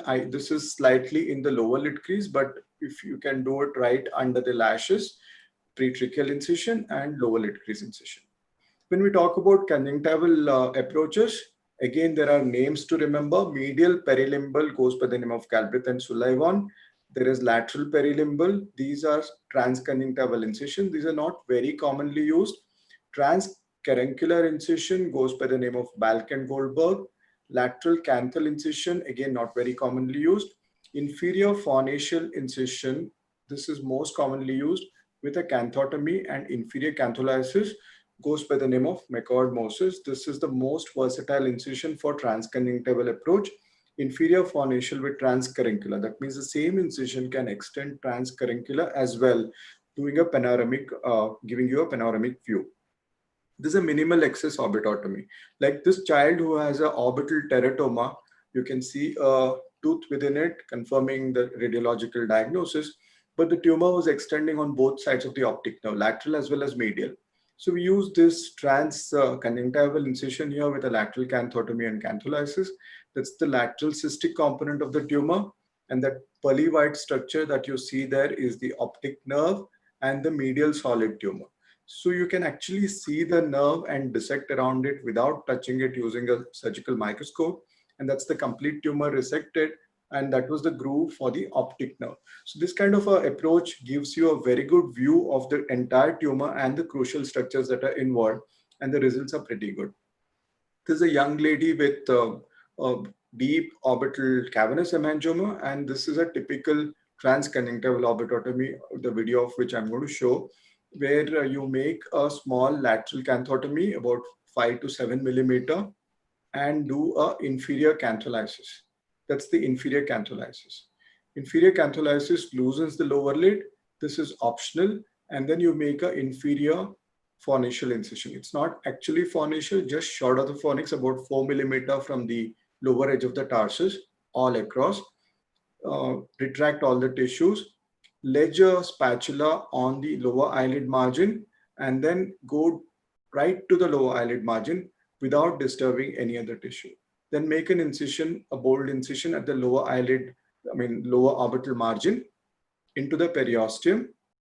Dissect the periosteum until we reach the inferior orbital fissure, apex of the inferior orbital fissure, or visualize the infraorbital nerve. Beyond that, there is no logic in extending the periosteal dissection because you'll be damaging those structures. Before you proceed further, at every step you have to achieve hemostasis, and that could be by either a cautery or a fulguration device, or sometimes you even need a bone cement. Now you make a periosteal incision in the quadrant where the tumor is located. That's the periosteal incision, which is crescentric incision. Retract orbital fat using retractors, and then dissect the tumor to about 60 to 70% of its surface before you apply cryoprobe. Cryo is like the third hand for the orbitotomy surgeons. It gives you a good purchase of the tumor with which you can very gently rock out the tumor. And as the tumor comes out, you have to look at the posterior vascular pedicle, which needs to be cauterized. Otherwise, patient will have a secondary bleeding. And then all you need to do is wait for hemostasis to happen, close your lateral canthotomy and inferior cantholysis, and do fornical suturing. This patient, after about 10 days following surgery, has no stigma of a heavy orbitotomy. She looks good, and that is the very purpose of this incision, a hidden incision, safe incision with minimal trauma. All these patients have been operated by inferior fornical approach with good results. Now, lateral orbitotomy was described in 1888, as long ago as 1888. It was the Cronlin's lateral orbitotomy. Between 1888 and 1954, there was no development at all. That's a very typical Cronlin approach. It is against the contour of the orbit. In fact, that was to raise a skin muscle flap and a bone flap to get into the lateral orbit, cutting the bone from the lateral side. And that is how it used to be done. Berkey modified it, and all that he modified was the incision. He made a large lateral canthotomy with a V or a Y split of the upper lid and the lower lid. So that is how it was until stellarite incision came in, which is a lazy S-shaped incision. You probably need to remember these names. Stellarite incision was used for a very long time. In the 60s, 70s, 80s, even 90s and early 2000s, this was a very popular incision. Then came eyelid crease incision. That was a very simple modification. Eyelid crease incision is just this. So instead of going right under the brow, you can go through the eyelid. Takes a bit of time to go suborbicularis and make a good dissection. It's a very good incision. But whenever you have a malignant tumor, you don't want to do eyelid crease incision because of the fear of seeding and planning postoperative radiation. That is marking the skin incision. That's a eyelid crease incision. And whenever there is a tumor in the intraconal space or extraconal space related to extraocular muscles, you tag the respective muscles and use either a monopolar RF electrode or a Bartbaka knife to make that skin orbicularis incision. Then orbicularis is dissected. Aim is to reach the superior or superotemporal orbital margin as quickly as possible without traumatizing any tissue and without opening the orbital septum. So your dissection is mainly suborbicularis when you make a lid crease incision. Then you make a periosteal incision. This is standard. Irrespective of the incision that you make, rest of the surgery is almost the standard. Periosteal incision about 3 to 4 millimeter from the orbital margin. And you go right to the junction of the lateral orbital wall and the floor of the orbit. Then periosteum is dissected. Sometimes it is very tightly adherent to the bone depending on the pathology. And you dissect the periosteum till you reach the arcus marginalis. Then you get into the periorbita, which is very gently dissected without causing any premature rip in the periorbita. And when you go laterally, you have to be careful of the periosteum at the frontozygomatic suture and also visualize the temporal blood vessels and the nerves, zygomatico-temporal and zygomatico-facial. So that was the approach. And then once you've done that, You can do orbitotomy without a bone cut or with a bone cut. So this particular video will show orbitotomy with a marginotomy. So the initial steps are the same, but here I'm doing a supratemporal skin incision right under the brow because this was a suspected malignant tumor. This had grown a lot. This was a lacrimal gland tumor. So whenever you're suspecting a malignant tumor, you have to approach it directly without doing a kind of a remote incision. Basically, you don't want to seed the tissues with malignant tumor. Radiation becomes very difficult to plan. So rest of the steps are the same. I'll forward it a bit. Periosteal dissection. Periosteum investing the tumor is also dissected. Then you clear the periosteum just a bit on the supratemporal aspect to bring in what is called marginotomy. This was described by Dr. Goldberg, where that sharp rim of the supratemporal orbit can be removed. Now you don't really need a bone cut. When you do this, you get good view of the posterior orbit. Then you pass sutures through the superficial tissues, make an incision in the periorbita. And whenever you do that, you don't injure the capsule of the tumor. Surgery is performed under microscope for good visualization and also elimination. Very gentle periosteal dissection and a T incision in the periosteum. Then hold edges of the vertical periosteal incision and drip to make a T into a V window. Then you don't hold the tumor, but hold the periosteum around the tumor and dissect the tumor with blunt tipped instruments.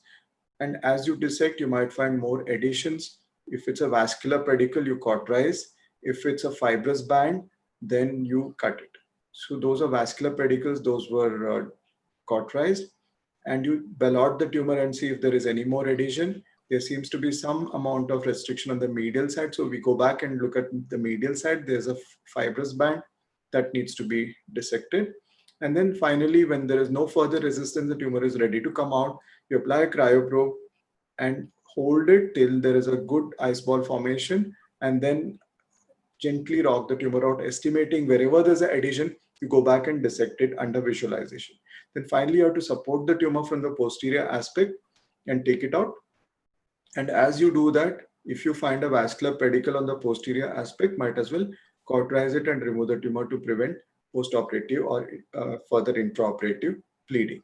So that's very important to visualize the vascular channels that are supplying the tumor. So patience is the key here. Whenever you remove the tumor, that's how it looks. And finally, you need to suture it up. So I would skip this video. That's about not cutting the bone. So earlier we were cutting the bone, now we don't cut the bone. So what next after surgery? So far is so good, surgery is fine, but after that what you do is most important, I believe, because histopathology guided adjuvant therapy, if you don't do and leave the patient with just the diagnosis, then you're doing more harm to the patient. Examples are some of these adenoid cystic carcinoma, or rhabdomyosarcoma, or a solitary fibrous tumor, where if you get that diagnosis, then you have to plan your radiation well. Planning radiation is important for you to participate in it, because for example, in adenoid cystic carcinoma, radiation, if you just send it for radiation, then the radiation oncologist may give radiation anywhere in the orbit. But the goal is not that. Since it's a neurotrophic tumor, your radiation field should be extended field. It should include superior orbital fissure, inferior orbital fissure, temporal fossa, entire orbit plus 10 millimeter margin. And you have to specify that for the radiation oncologist to know. In patients who have adenoid cystic carcinoma, again, you do what is called multimodal treatment. That means to shrink the tumor with preoperative chemotherapy, and then you do a excision without cutting the bone, en bloc excision, and finally you deliver radiation and adjuvant therapy. So this bone need not be excised at all. This destroyed bone actually remodels over a period of time. So in conclusion, I would say that logical approach to orbital tumors, beginning with a good clinico-radiological diagnosis, planned surgical approach, and histopathology guided systemic therapy maximizes the outcome. Thank you so much.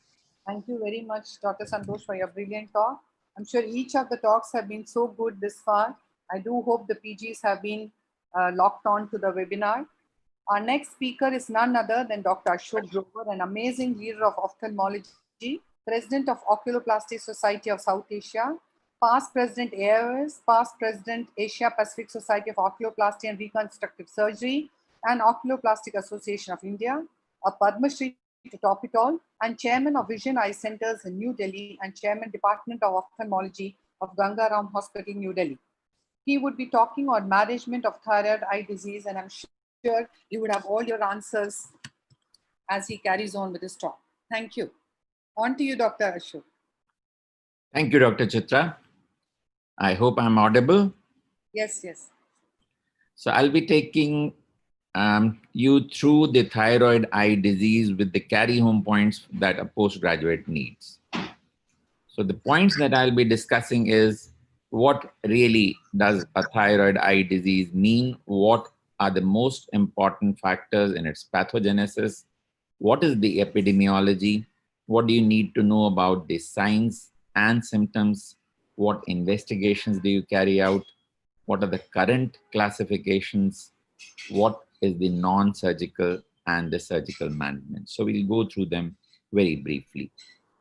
So thyroid eye disease is a sight-threatening as well as disfiguring autoimmune inflammatory disorder affecting the orbit and the periorbital tissues, characterized by these characteristic findings, which we will be talking about.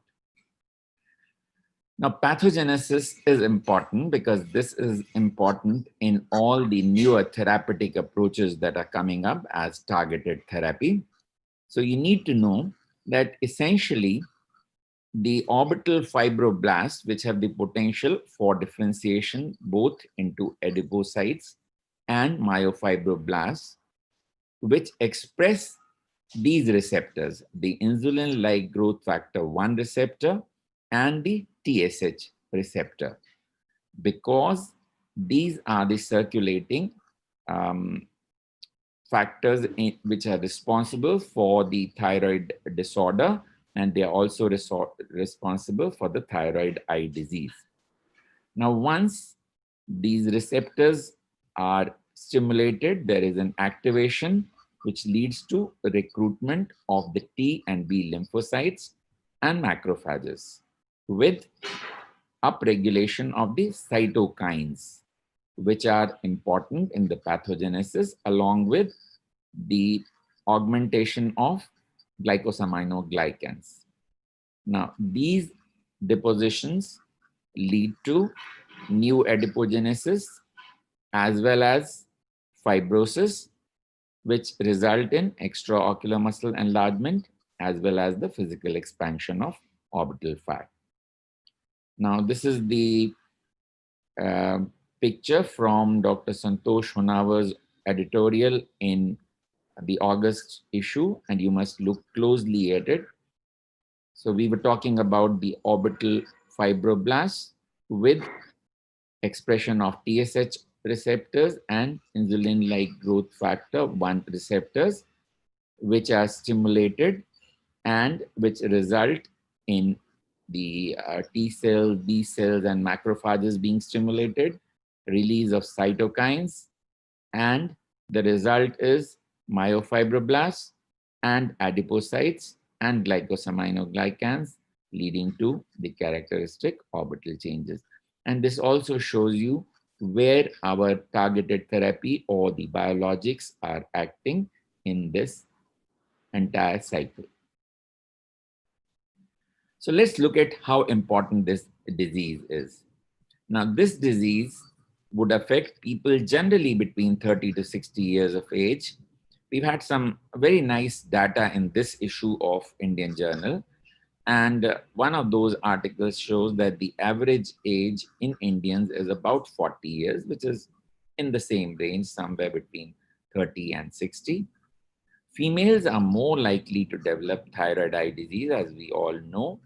But this figure is much lower in Indians, 1.1 to 1, as compared to Caucasians, where it is 4:1. Now, thyroid eye disease is a very common disease, which includes hypo and hyperthyroid, hypothyroidism being much more common, with 42 million people in India having thyroid disease. And in hyperthyroidism particularly, how common is prevalence of the thyroid eye disease? Now, the Caucasians show an expression of thyroid eye disease in about 40%, Europeans, a similar figure, which is again Caucasians. Whereas some figures suggested that in Asians, the figure is as low as 7.7%, but some other studies showed from the epidemiological studies that the figure may be as high as 35%. So how commonly do you get sight-threatening disease in thyroid eye disease? Now, this figure may possibly be lower in India, and that is why the interventions that we need are possibly lesser than those in Caucasians. The UGOGO study had 28% of thyroid eye disease patients having sight-threatening disease, whereas the figures in India suggest somewhere between 2 and 7.5%. Now, what is the clinical course that a thyroid eye disease takes?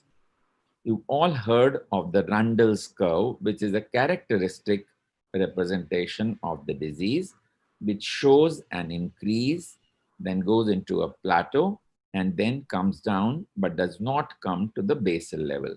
Now, this phase of inflammation would be variable, anything between 6 and 18 months, but all cases do not follow a characteristic pattern. The symptoms may be redness, irritation, decreased vision, bulging of the eye, double vision, pain, or loss of visual field. And the signs, the most common ones are exophthalmos, extraocular motility restriction. We'll talk about this in greater detail later. The eyelid signs, many of which you need to remember the names. Some of the examiners may be very fond of them. The conjunctival and corneal signs, corneal exposure, conjunctival congestion, lid edema, and of course, retraction and all those characteristic signs. Optic neuropathy can be particularly important because of the visual loss, and so are the exposure keratopathy. And rise of intraocular pressure also can be quite common. All of these may together be present only in about 5% of the cases. Now, proptosis may be either unilateral or bilateral, but bilaterality is much more common, approaching 97% in studies, and is classically axial. Extraocular motility restrictions are present in 1/3 to 1/2 of the cases because of the various changes of swelling and fibrosis. But what need to remember is that inferior rectus is the most commonly involved muscle, followed by medial rectus. Eyelid retraction is a very characteristic sign, with the temporal flare being quite characteristic. There may be eyelid swelling, eyelid erythema, and a characteristic lid lag. In conjunctival and particularly caruncular congestion may be quite typical.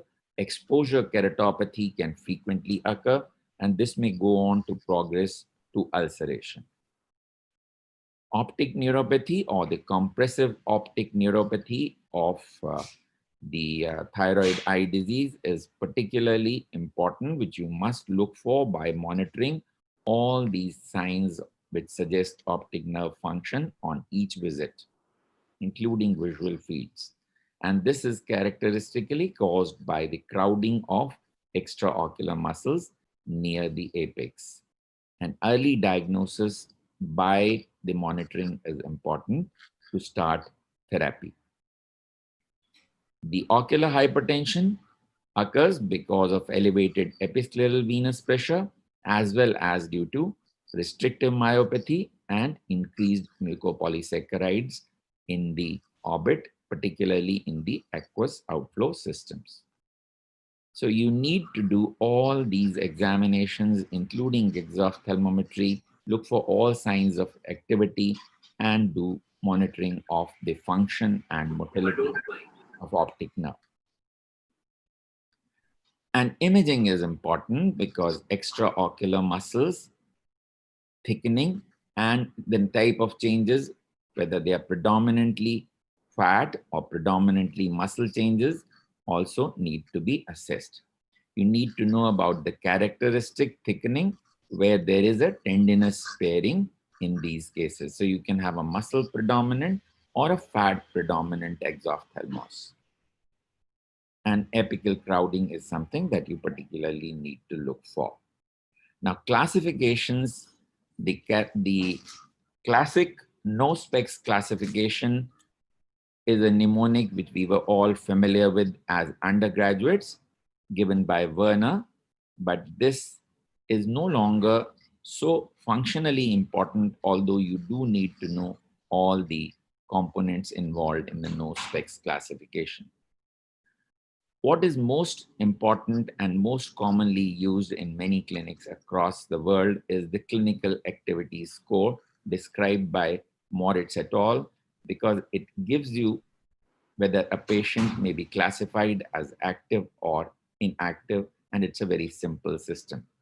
Now, there are these 10 points which you need to look for, and generally these 7 are the modified ones which you need to particularly talk about: the spontaneous retrobulbar pain, pain on eye movements, eyelid erythema, conjunctival injection, chemosis, swelling of the caruncle, and eyelid edema or fullness. So if you have a score of more than 3, then it is an active disease.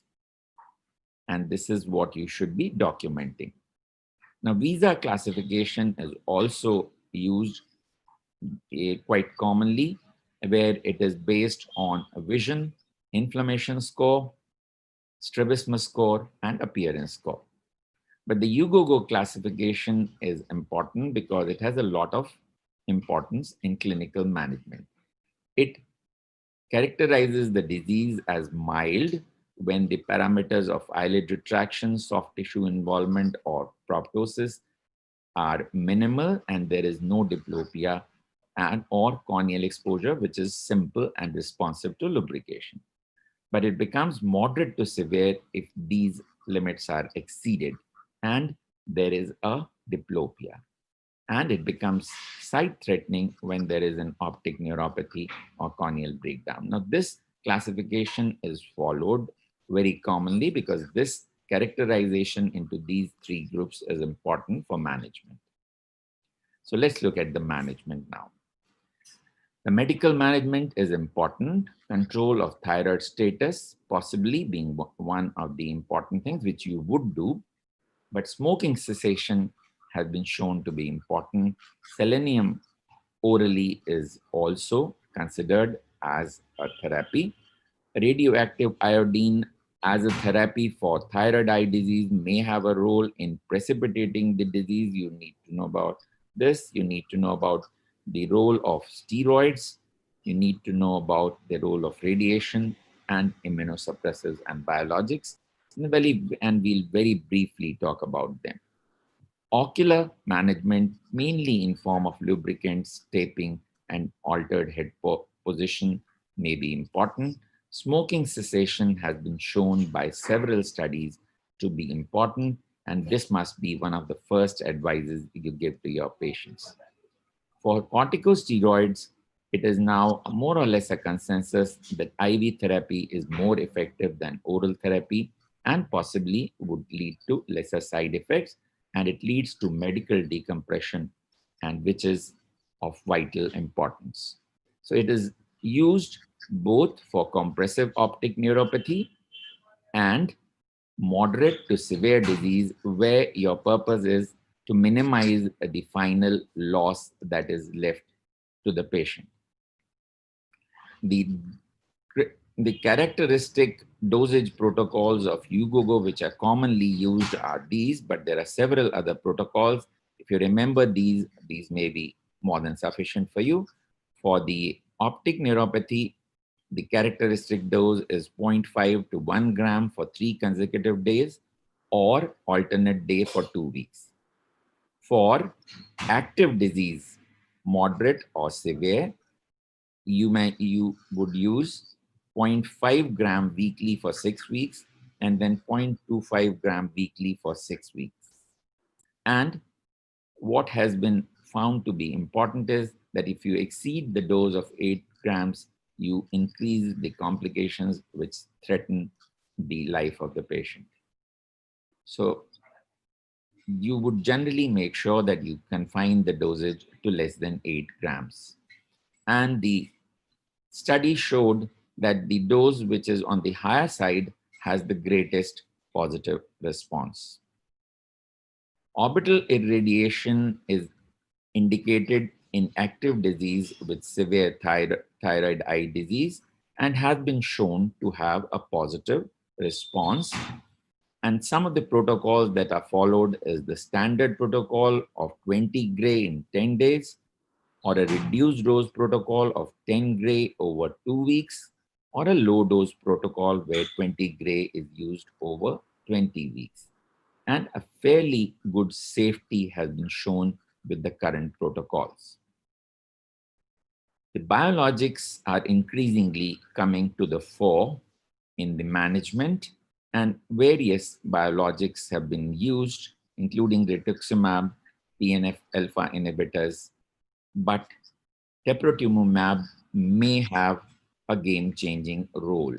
It has been shown to be important in reducing the all of thyroid.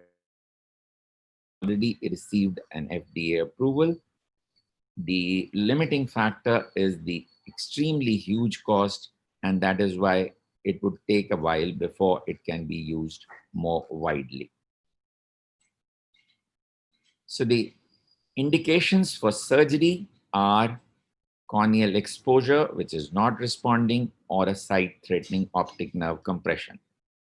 However, expanding indications include a congestive orbitopathy, which is not responding, or aesthetic indications, which are increasingly used now, and they are important because it has a profound effect on the life of the patient. So as we said, your approach would be decided by whether this disease is predominantly due to increased orbital fat or due to enlarged extraocular muscles. And therefore, your strategy may change from fat removal to predominantly bone removal. So that is the customization that you carry out. Isolated fat decompression can be useful in some cases, and a reduction of almost a millimeter per milliliter of fat removed can be carried out in those where there is a predominant fat disease. In the muscle predominant disease, you need to do a lot more bony decompression. And for mild to moderate exophthalmos, fat and deep lateral wall decompression is the preferred strategy with very little possibility of any side effects and gives excellent results. We'll skip this part. Where the severe disease is concerned, you may add more walls. In addition to fat, you may do a lateral and medial wall, the so-called balanced approach. And for even more severe cases, you may need to add floor decompression, and you, however, compromise with an increased risk of producing new diplopia.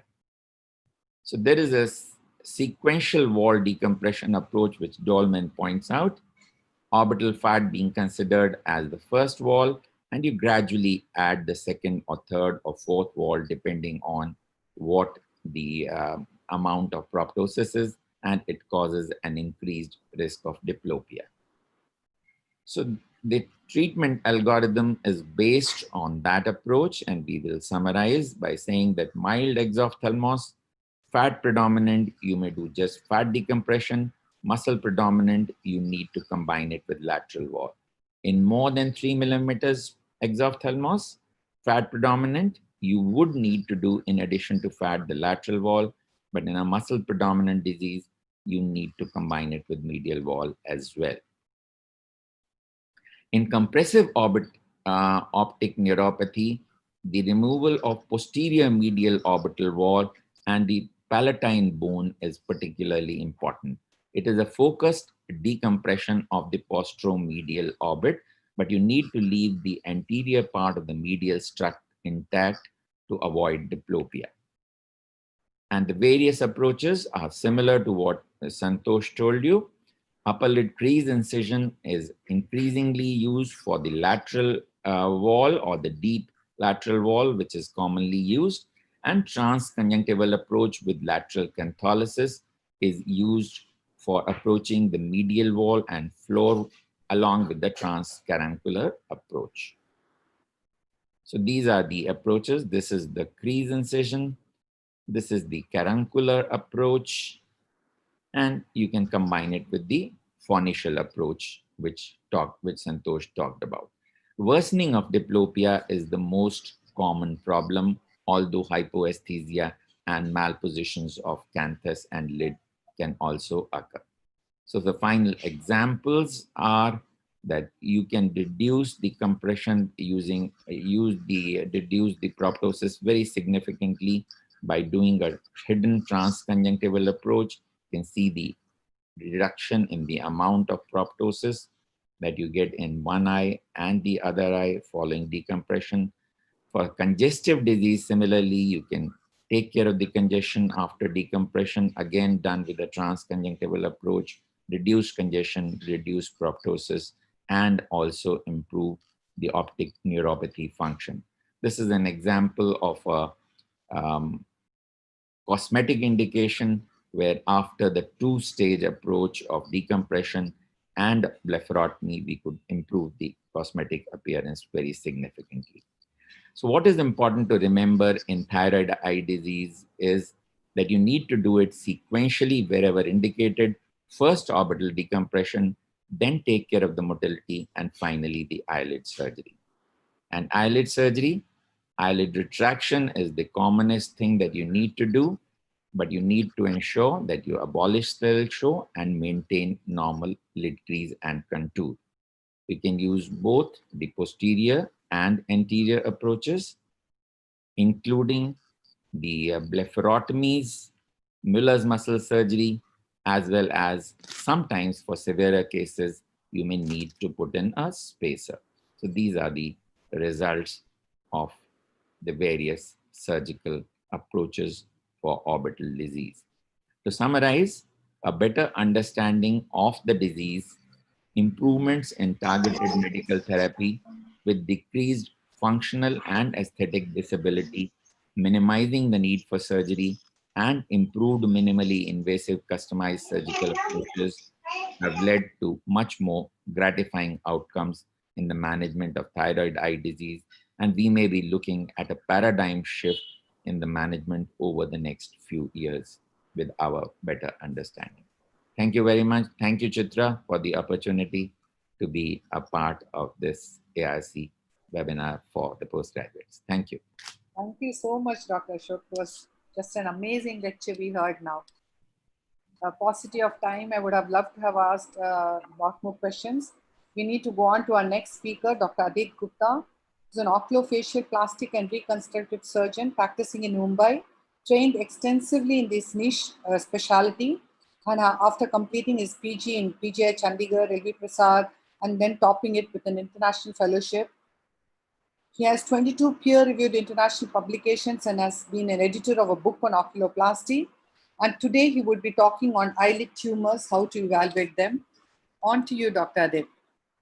Good evening, everyone, and thanks Dr. Chitra ma'am and team ARC for giving me this opportunity to speak in this webinar, which has been conducted wonderfully till now. Eyelid tumors vary from small nodules to fungating masses, which can be life-threatening. So it is very important as a postgraduate and even as a clinician to differentiate between these tumors so as to guide management prudently. What I would be discussing in this talk would be how to evaluate an eyelid mass, how to differentiate between a benign and malignant tumor, and how to differentiate between commonly encountered tumors in the clinic. Now, we all know that eyelid has an anterior lamella and a posterior lamella, and there are various structures which form these lamella. Now, eyelid tumors originate from these various structures, and the classification of eyelid tumors thus becomes simple to differentiate based on whether they are arising from the skin, the sweat or the sebaceous glands, the hair follicles, melanocytes, or various structures found within the eyelid. When we evaluate a case of eyelid tumors, history taking and clinical examination are the most important things because we can make a diagnosis in 95% of the cases just based on these two things.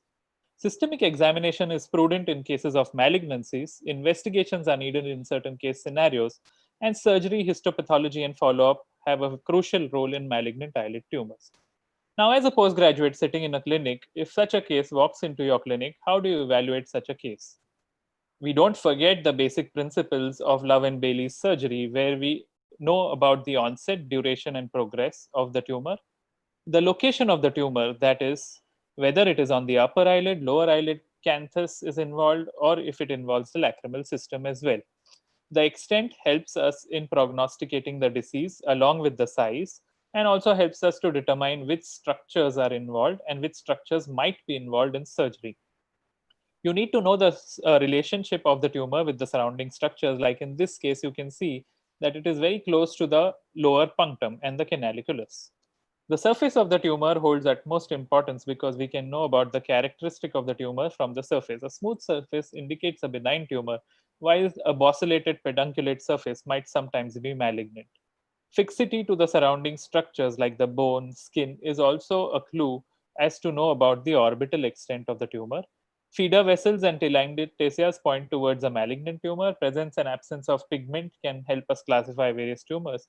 And the anatomy of the eyelid margin and regional lymph nodes also should be examined in any case of eyelid mass presenting to the clinic. Second most important thing that you need to do when you are evaluating an eyelid tumor is how to differentiate a benign tumor from a malignant tumor. So in these cases, you need to look at the eyelid anatomy and the architecture as well. Destruction of the eyelid architecture as seen in this image with rounding of the posterior tarsal margin is very indicative of a malignancy, along with localized madarosis, telangiectasias, nodularity with pearly translucent margins. Ulceration associated with bleeding occurs mostly in malignant tumors. Effacement or distortion of the meibomian gland anatomy and the meibomian gland orifices, along with tarsal thickening. So if there is a clue to all these things, it points towards a malignancy. Now, if you're sitting in a very busy clinic and you get these case scenarios, you might pass it off as a chalazion. But the most important takeaway message from this talk, which I'm giving, is you need to evert the eyelid in each and every case of an eyelid nodule, because sometimes an innocuous looking mass might turn out to be a polypoidal fungating mass beneath the tarsus. Sebaceous gland carcinoma is a great masquerade, and that's what we are going to start the discussion with.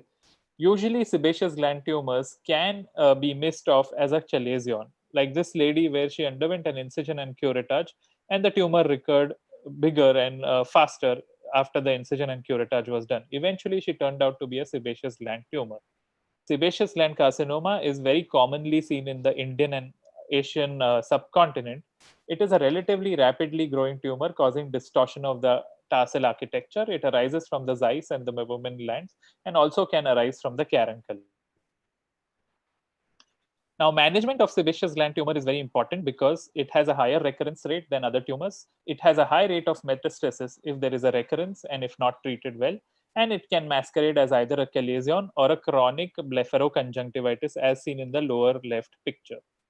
Management will be discussed in detail by Dr. Kasturi after my talk, but usually we take 4 mm margins, do cryotherapy at the edges, follow a no-touch technique, along with intraop frozen section and Mohs surgery, and then histopathology usually guides further treatment. Preoperatively in the evaluation, it is very important to do lymph node assessment and systemic metastatic workup in the form of a positron emission topography scan, or either a CT scan of the whole body, just to rule out any presence of metastasis before we start treatment. Sometimes sebaceous gland tumors can occur like this, where you cannot delineate the posterior extent of the tumor, and you can see that the tumor is spread beneath the fornix and is infiltrating the inferior fornix and has obliterated it.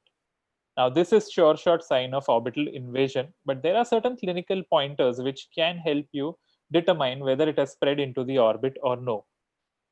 Ocular movement restriction, presence of proptosis or diplopia, ptosis, an evident orbital mass or fixity to the orbital structures of or the rim is a pointer towards orbital invasion, and an imaging in the form of either a CT scan or an MRI scan is prudent in such cases.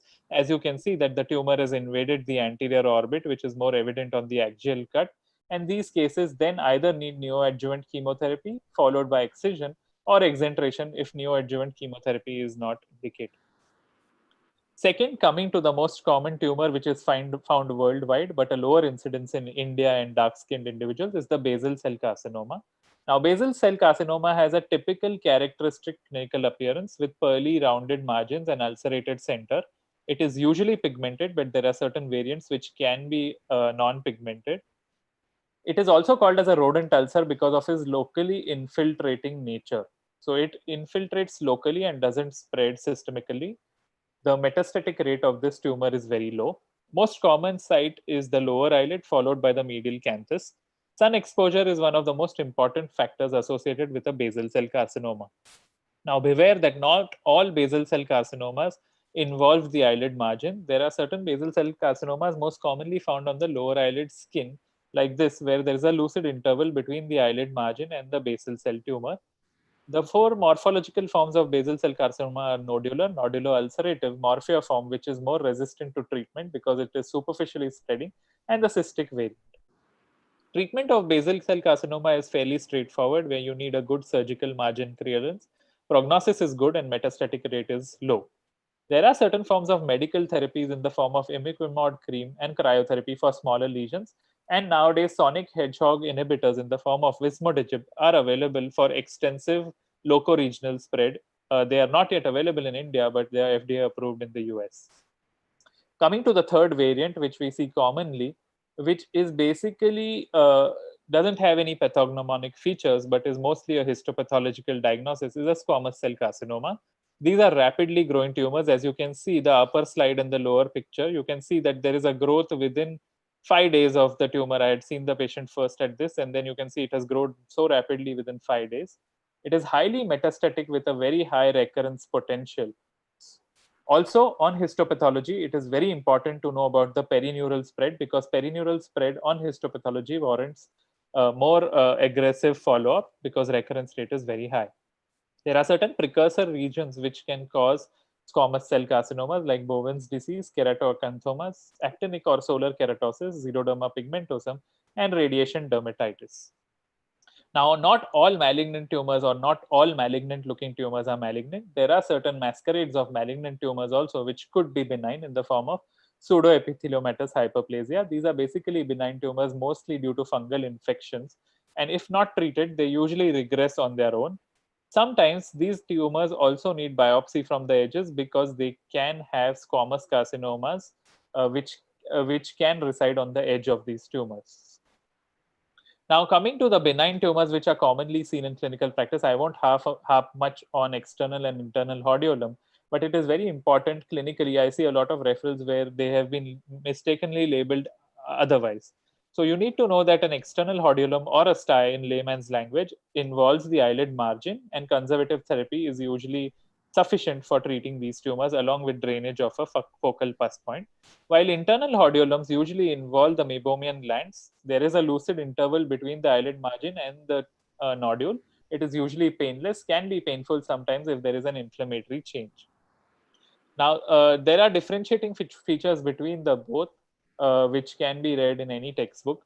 Usually, internal hordeolums can be treated either with a straight incision on curettage or steroid injection, which has been recently tried for smaller lesions. Now, sometimes these chalazions can also trick you, and we sometimes see these giant chalazions which have a polypoidal fungating internal component. Now, we should not be fooled by these lesions and consider them malignant. This is again a giant chalazion which doesn't resolve only with incision and curettage and might require debulking and steroid injections from the anterior lamina. Seborrheic keratosis and squamous papillomas are again commonly encountered tumors. They are small hyperkeratotic lesions which may be sessile or pedunculated. Classical appearance is that of a button stuck on the surface of the skin. Excision with the help of radiofrequency cautery and reconstruction with flaps works very well for these tumors. Xanthelasmas are again common benign cholesterol deposits which are found in individuals basically who have a tendency of lipid abnormality, or certain xanthelasmas are hereditary in component also. They are notoriously recurrent even after excision and recur because of a deeper orbicularis component. Surgery, electrodesiccation, and chemical peels have been the mainstay of treatment. But not all yellow-looking tumors are xanthelasmas, as in this lady, where you can see that she has yellowish plaques on the upper eyelid, but she has mechanical ptosis on both the sides, along with diffuse thickening of the upper eyelid skin and extension of the tumor beyond the upper eyelid fold. Now, this could be a tumor which could have systemic implications in the form of a xanthogranuloma. It has 4 variants, of which Erdheim-Chester disease has very poor prognosis. So you need to do a proper systemic workup if you have a suspicious xanthelasma, and immunosuppression and debulking along with local steroid treatments works well for these lesions. Imagine a small child, a young child, walking with these small central umbilications and pearly white tumors into your clinic.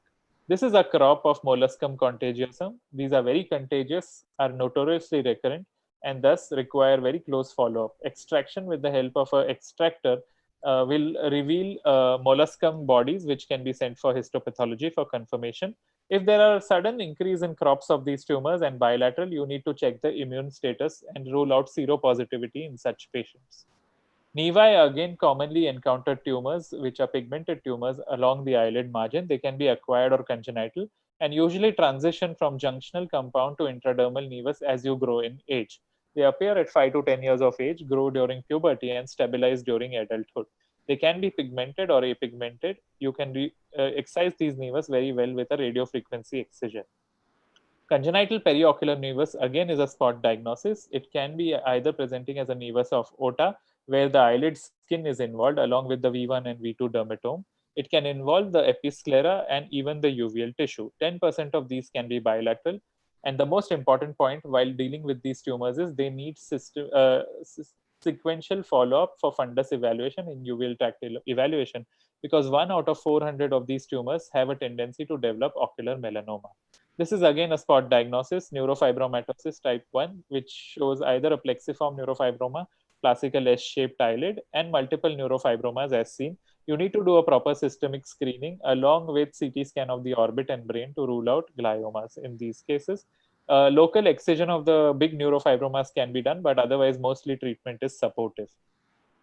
Vascular tumors cannot be left apart. Usually, vascular hemangiomas present at birth and involute by the age of 7 to 8 years. But there is a variant of vascular lymphaticovenous malformations or varices, which can present in the eyelid, which usually enlarge on Valsalva maneuver or straining and bending. They can be compressible, and a bruit can be felt on, or a pulsation can be felt if they are high flow arteriovenous malformations. They can be excised very well if they are small in size, or glue embolization can be done. If bigger tumors like these are suspected and which have a good flow characteristic, interventional radiology can help us in taking care of these tumors. The list of orbital eyelid tumors is unending, and I can go on and on, but due to time limits and to consider that we need to do it from a postgraduate perspective, one take-home message which I would like to give in a routine clinic is any eyelid nodule or bump, you always scrutinize and avert to look at the tarsus, because you could be looking at a sebaceous gland carcinoma, which can, in which time can matter. Thank you. A wonderful talk, Dr. Adit. I could actually repeat all of what you said. I was so engrossed in it. The best is for the last, and we have none other than Dr. Kasturi Bhattacharya, who's going to talk on eyelid reconstructions, the basics.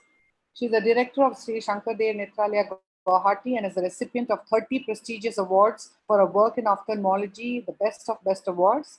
She has trained more than 80 fellows and is the thesis guide and examiner for DNB and a subject expert for PhD thesis, reviewer of many important journals, 64 publications and multiple orations and awards. And today this amazing woman is going to tell us about eyelid reconstructions. On to you, Dr. Kasturi. Very sorry, I never even realized that this was so long and you've been patiently waiting. Thank you very much, Dr. Chitra, for the kind. No, ma'am, we've saved the best for the last. So. Okay, but I'll do justice. I'll finish everything before 15 minutes, right? Okay, so at the outset, I'd like to thank Dr. Chitra and the team ARC AIOS for arranging this wonderful webinars with so wonderful speakers.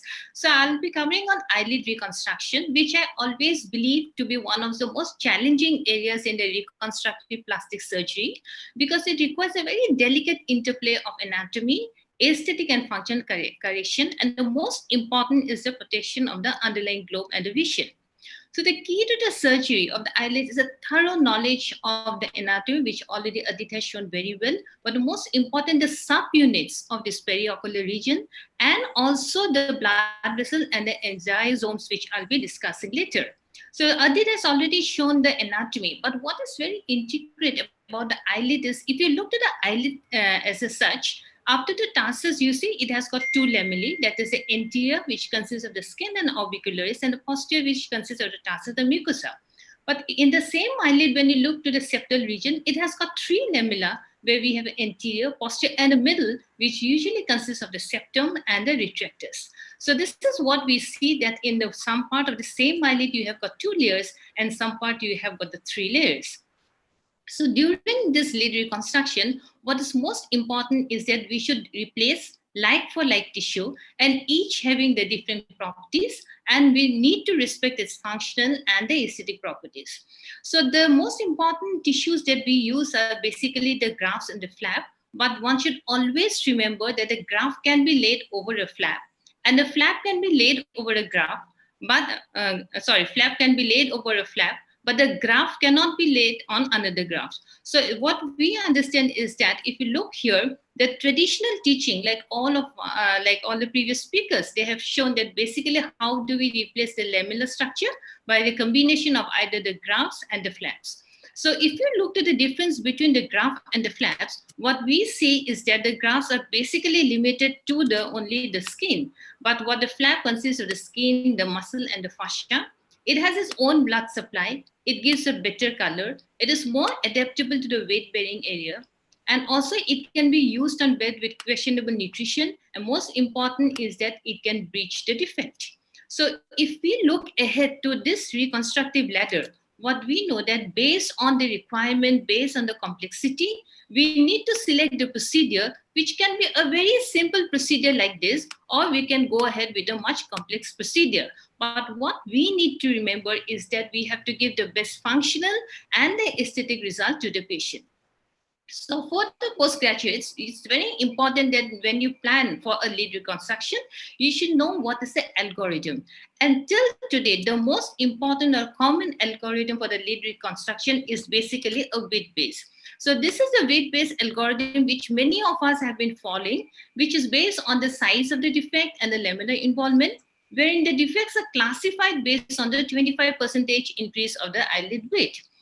And if you look to all this, I think this is very important for the postgraduate. If you look to this, like all the four parts of the periocular region where we have a defect is basically divided on the basis of the horizontal width, which can be either a small, medium, large, based on how much amount of the width is being involved, or even in the medial and lateral canthal on the basis of width involved, that is approximately whether it is less than 1.5 centimeter or more than 1.5 centimeter, we usually divide it into small, large, medium, and the large. But what is the most important point that has been overlooked here is that the missing verticals. So what we knew when we do a lid reconstruction, we also need to reconstruct the vertical components. And what we know that with increase in the vertical height, the ability to use the local flaps without giving much tension becomes more challenging. So this led to a very interesting paper where they have divided for the algorithm for the lid reconstruction, they have divided in consideration of the vertical height. As you can see here, on the upper, lower, middle canthal and the lateral canthal region has been divided into 4 types, and they have been further subdivided based on the involvement of the tissue, where type 1A is the area where the tarsal region is involved but not the tarsal plate. And 1B, when you have this region being involved, that is in blue, but it is also involving the tarsal plate. The type 2 is involving the preseptal defect, but it is not involving the tarsus.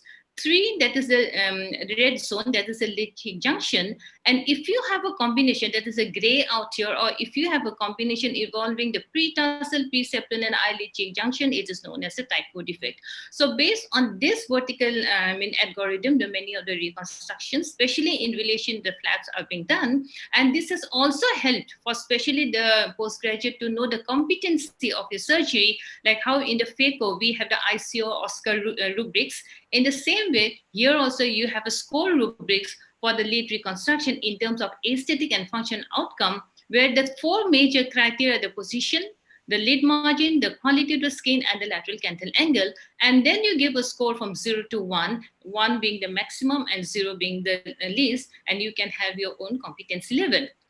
So when we talk about the lid reconstruction, we all know that the indications can be either congenital or acquired. I'm going really fast. And this evaluation, I'll not go into details because Dr. Vidya has shown so beautifully how to evaluate the lid. So these are the important points to be taken into consideration. A very important point is the contralateral eyelid evaluation. So when we reconstruct this as a reconstruction of the anterior lamella, posterior lamella, or the full thickness.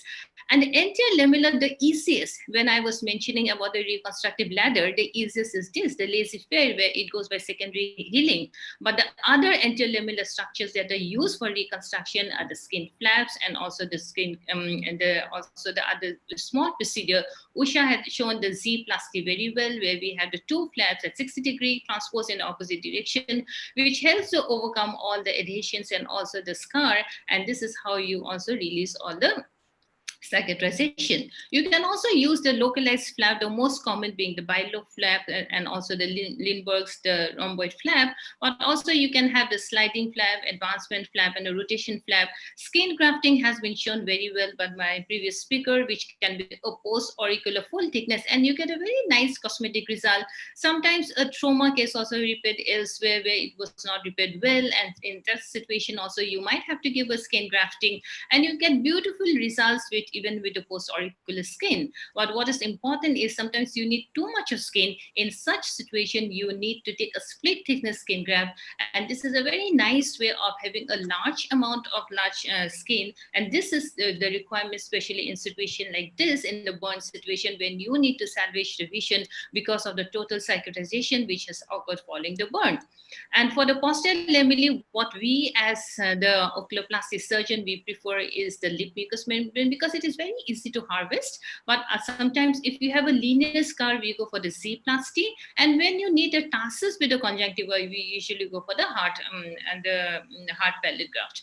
So how do we repair the full thickness? The easiest way, when again here we go to the width, the horizontal width algorithm, which many of us are following, but here also we need to see the vertical algorithm.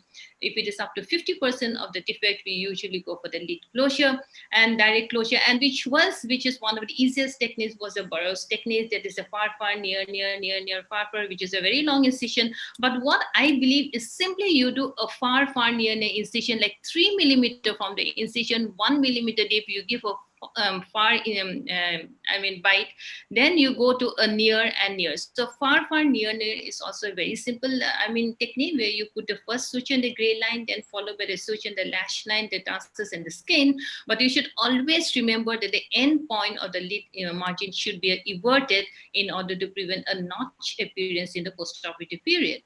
But if you have a lesion, if you need to repair something between 50 to 70, in spite of doing canthotomy, cantholysis, you're not being able to have a good, a position of the bone, the curtain.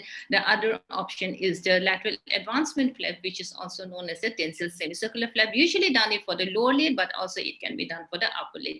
So this is a very simple way where you get a very good apposition by making just a lateral advancement with a semicircular incision, and you can also very nice do a suturing, and also it gives a very good result.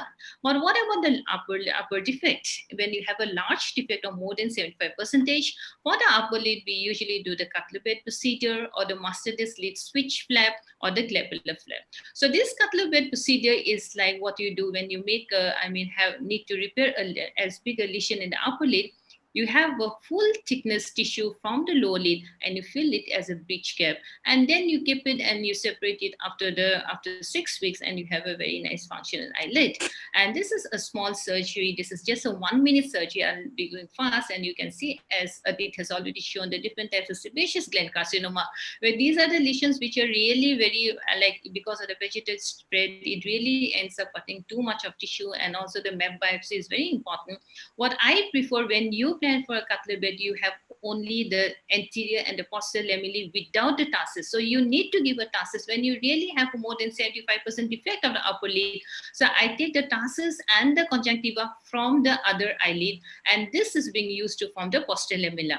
As in the beginning of my lecture, I was already mentioning, this is the closure of the donor area. Now you go to the recipient area, and this is the big lesion that you have seen. That is a big repair we need to do. So from the lower lid, you need to fashion. This is the dog ear that has been excised. So you're getting the 2 lamellae here, and this is how you send for the map biopsy after excising most of the tumor.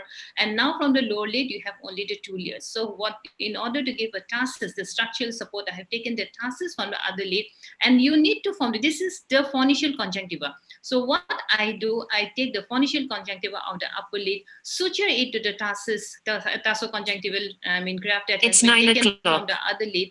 And then what you do, the lower tissue, that is the flap that you have done, this is the conjunctiva of the lower lid, and this forms the posterior lamella. As I have already mentioned you, it should be formed by layer. So the next layer, as you can see here, this is the middle lamella, which I had already mentioned. It is a levatopalpebral superioris muscle, which is the upper lid retractor. You need to take out this middle layer, and then you need to suture the second layer, which is being sutured to the tarsus. So now you have the 2 layers. So you have formed the posterior, you have formed the middle layer, and the third most important reconstruction is the first layer, that is the anterior lamella, which basically consists of the skin and the orbicularis. I take a bite along in the LPS so that you get a nice, beautiful crease post-operatively, and then you suture, go for the closure of the wound. In 6 weeks, we usually cut this, and this is after the 6 weeks where you need to divide this.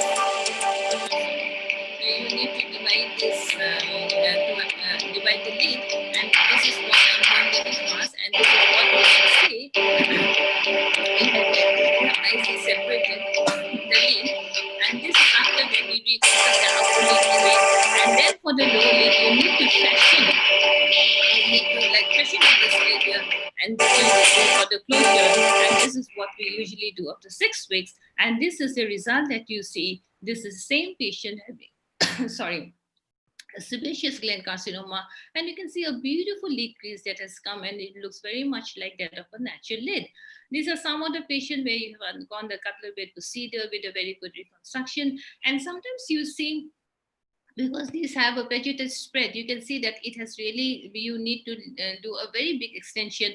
But when you really need to really reconstruct the whole lid, you need to give also structural support. Here I have used a sclera to form the tarsus, and the rest of the procedure is same that I have shown you before, and this is after the separation of the lid.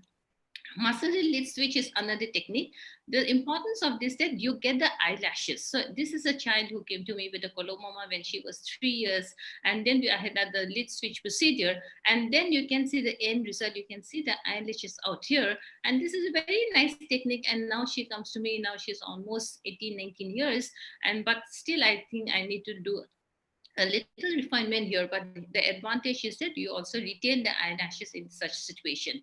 Sometimes you really need to have a very big excision, the whole of the lid goes. The fixed flap technique is a very nice technique. Like another situation, a sebaceous gland, where the initial, when I have first excised, the frozen section showed the medial ends and the lateral are involved. You keep on cutting it till you end up cutting the whole of the lid. So this is again the tarsoconjunctiva taken from the other lid, and then this is a fixed flap, that is a forehead flap that has been taken, and this is the reconstruction that you see, and it gives a very good post-operative result. And also if you look to here, this leg of tenuous is not much there, and it gives a very good closure. For the lower lid, the most common is a modified Hughes flap, and also for a much bigger lesion, we go for the Mercedes cheek rotation or the trapezius flap, which we call the bucket-handed, and also the other types of flap. So this modified Hughes flap, which is usually what you have only the posterior lamella that you take it from the upper lid and you make an incision 4 millimeter behind this the anterior part of the tarsus, and this tarsus and the conjunctiva is being switched to the lower lid. And why I was mentioning the condition of the other lid is important, and the surrounding tissue, if it is you need to mobilize the surrounding skin to form the anterior lamella, or you can also use a full thickness skin graft because you already have a flap giving a good blood supply. And again, after 6 weeks or so, you can separate it and give a very good, nice functional and cosmetic result to the lid. And this is how we do. And the Hughes is also another nice technique. This is nice technique because in some situation where that is the only eye, you cannot do a Hughes procedure because the eye gets closed by, both the lids coming together. So here you can have a tarso-conjunctival flap from the upper and the lower lid, and so you can keep the eye remaining. It can stay as a seeing eye, and the anterior lamella you can also cover with the skin. And the midline forehead flap, which can be done for the upper lid, can be done for the lower lid. It gives a good correction. And in situation like this, when you have the involvement of the whole of the lower lid and also the upper lid, so in this type of situation, you can do something like the TPS flap. And also here I have reconstructed a tarsus by taking the periosteum, and I have divided into two parts, where one forms the tarsus, lateral tarsus of the upper lid, the other forms the lateral tarsus of the lower lid, and then with the bucket and the technique, you can also form the TPS flap.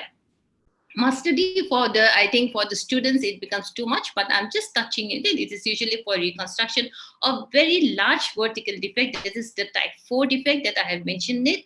And you need to really reconstruct using a big myocutaneous flap going right up to the tragus. But what we understand, these are just my last 3 slides. What we understand is that all these years we are using the random flap. It can be either a Frick's flap, it can be a rotational flap, it can be a globular flap, or the TCS flap, the TPS flap, or the vascular flap. But what we have realized that what is the maximum blood perfusion that is allowed for the flap, because sometimes after doing such a beautiful surgery, you can have an endpoint necrosis. So this is a very interesting study where they have done the blood perfusion by using a high resolution thermography, and they have found that as we go away from the base, the red is a flap and the black is an intake skin.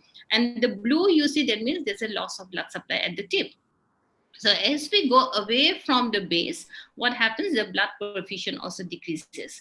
There are lots of studies on it, and you can see that maximum which is being allowed is 3 centimeter, because at 3 centimeter they have shown that 80% of the perfusion is maintained, and it depends upon the degree of rotation. If you rotate by 90%, you can see that if you have the blue out here, that means there's some amount of the perfusion decrease, and if you rotate by 180 degrees, the perfusions are much decreased. So then how do we prevent such necrosis?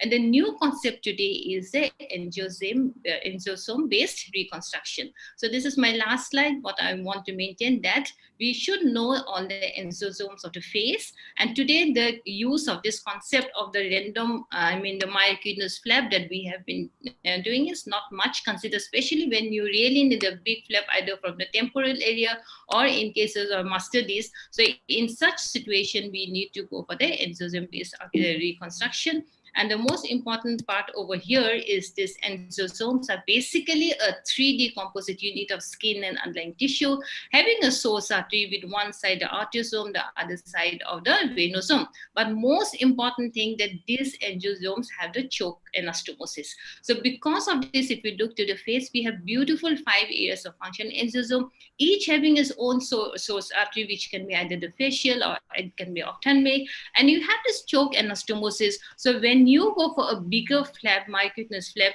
it is very nice if you can, especially for the temporal, you need to follow this endosome. And because you have this choke anastomosis here, the chance of flap survival is very important. And also for the mustardy, we can go for the lower endosome.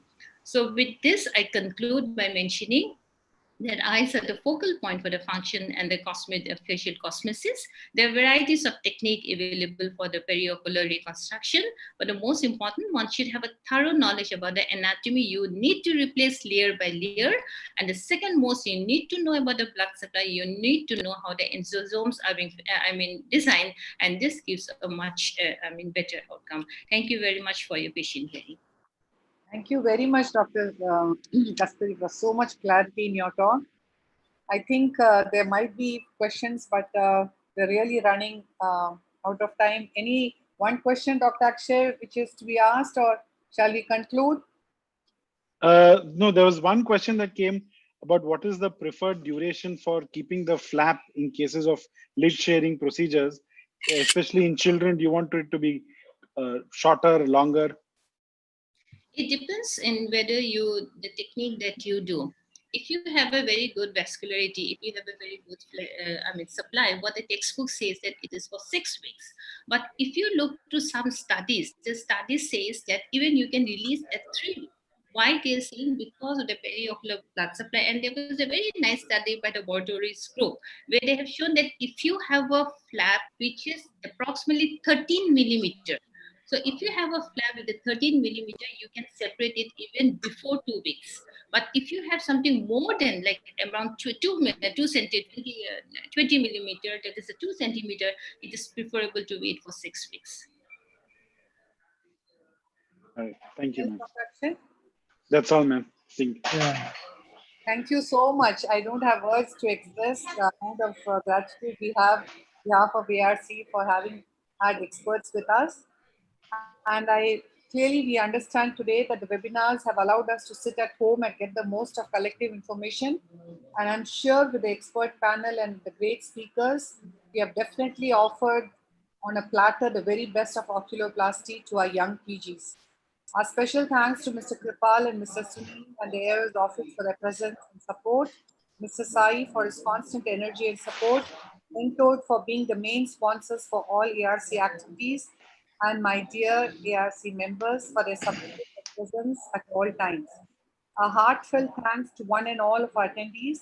Hope this evening was as gainful to you all as it was for me. Thank you very much, one and all of you. Thank you. Thank you very much. Thank you. Great to all the experts. Great talk, Kasturi ma'am. Lovely talk as usual. I would be forwarding all the links of your talks to remain connected with this our WhatsApp group and Yes.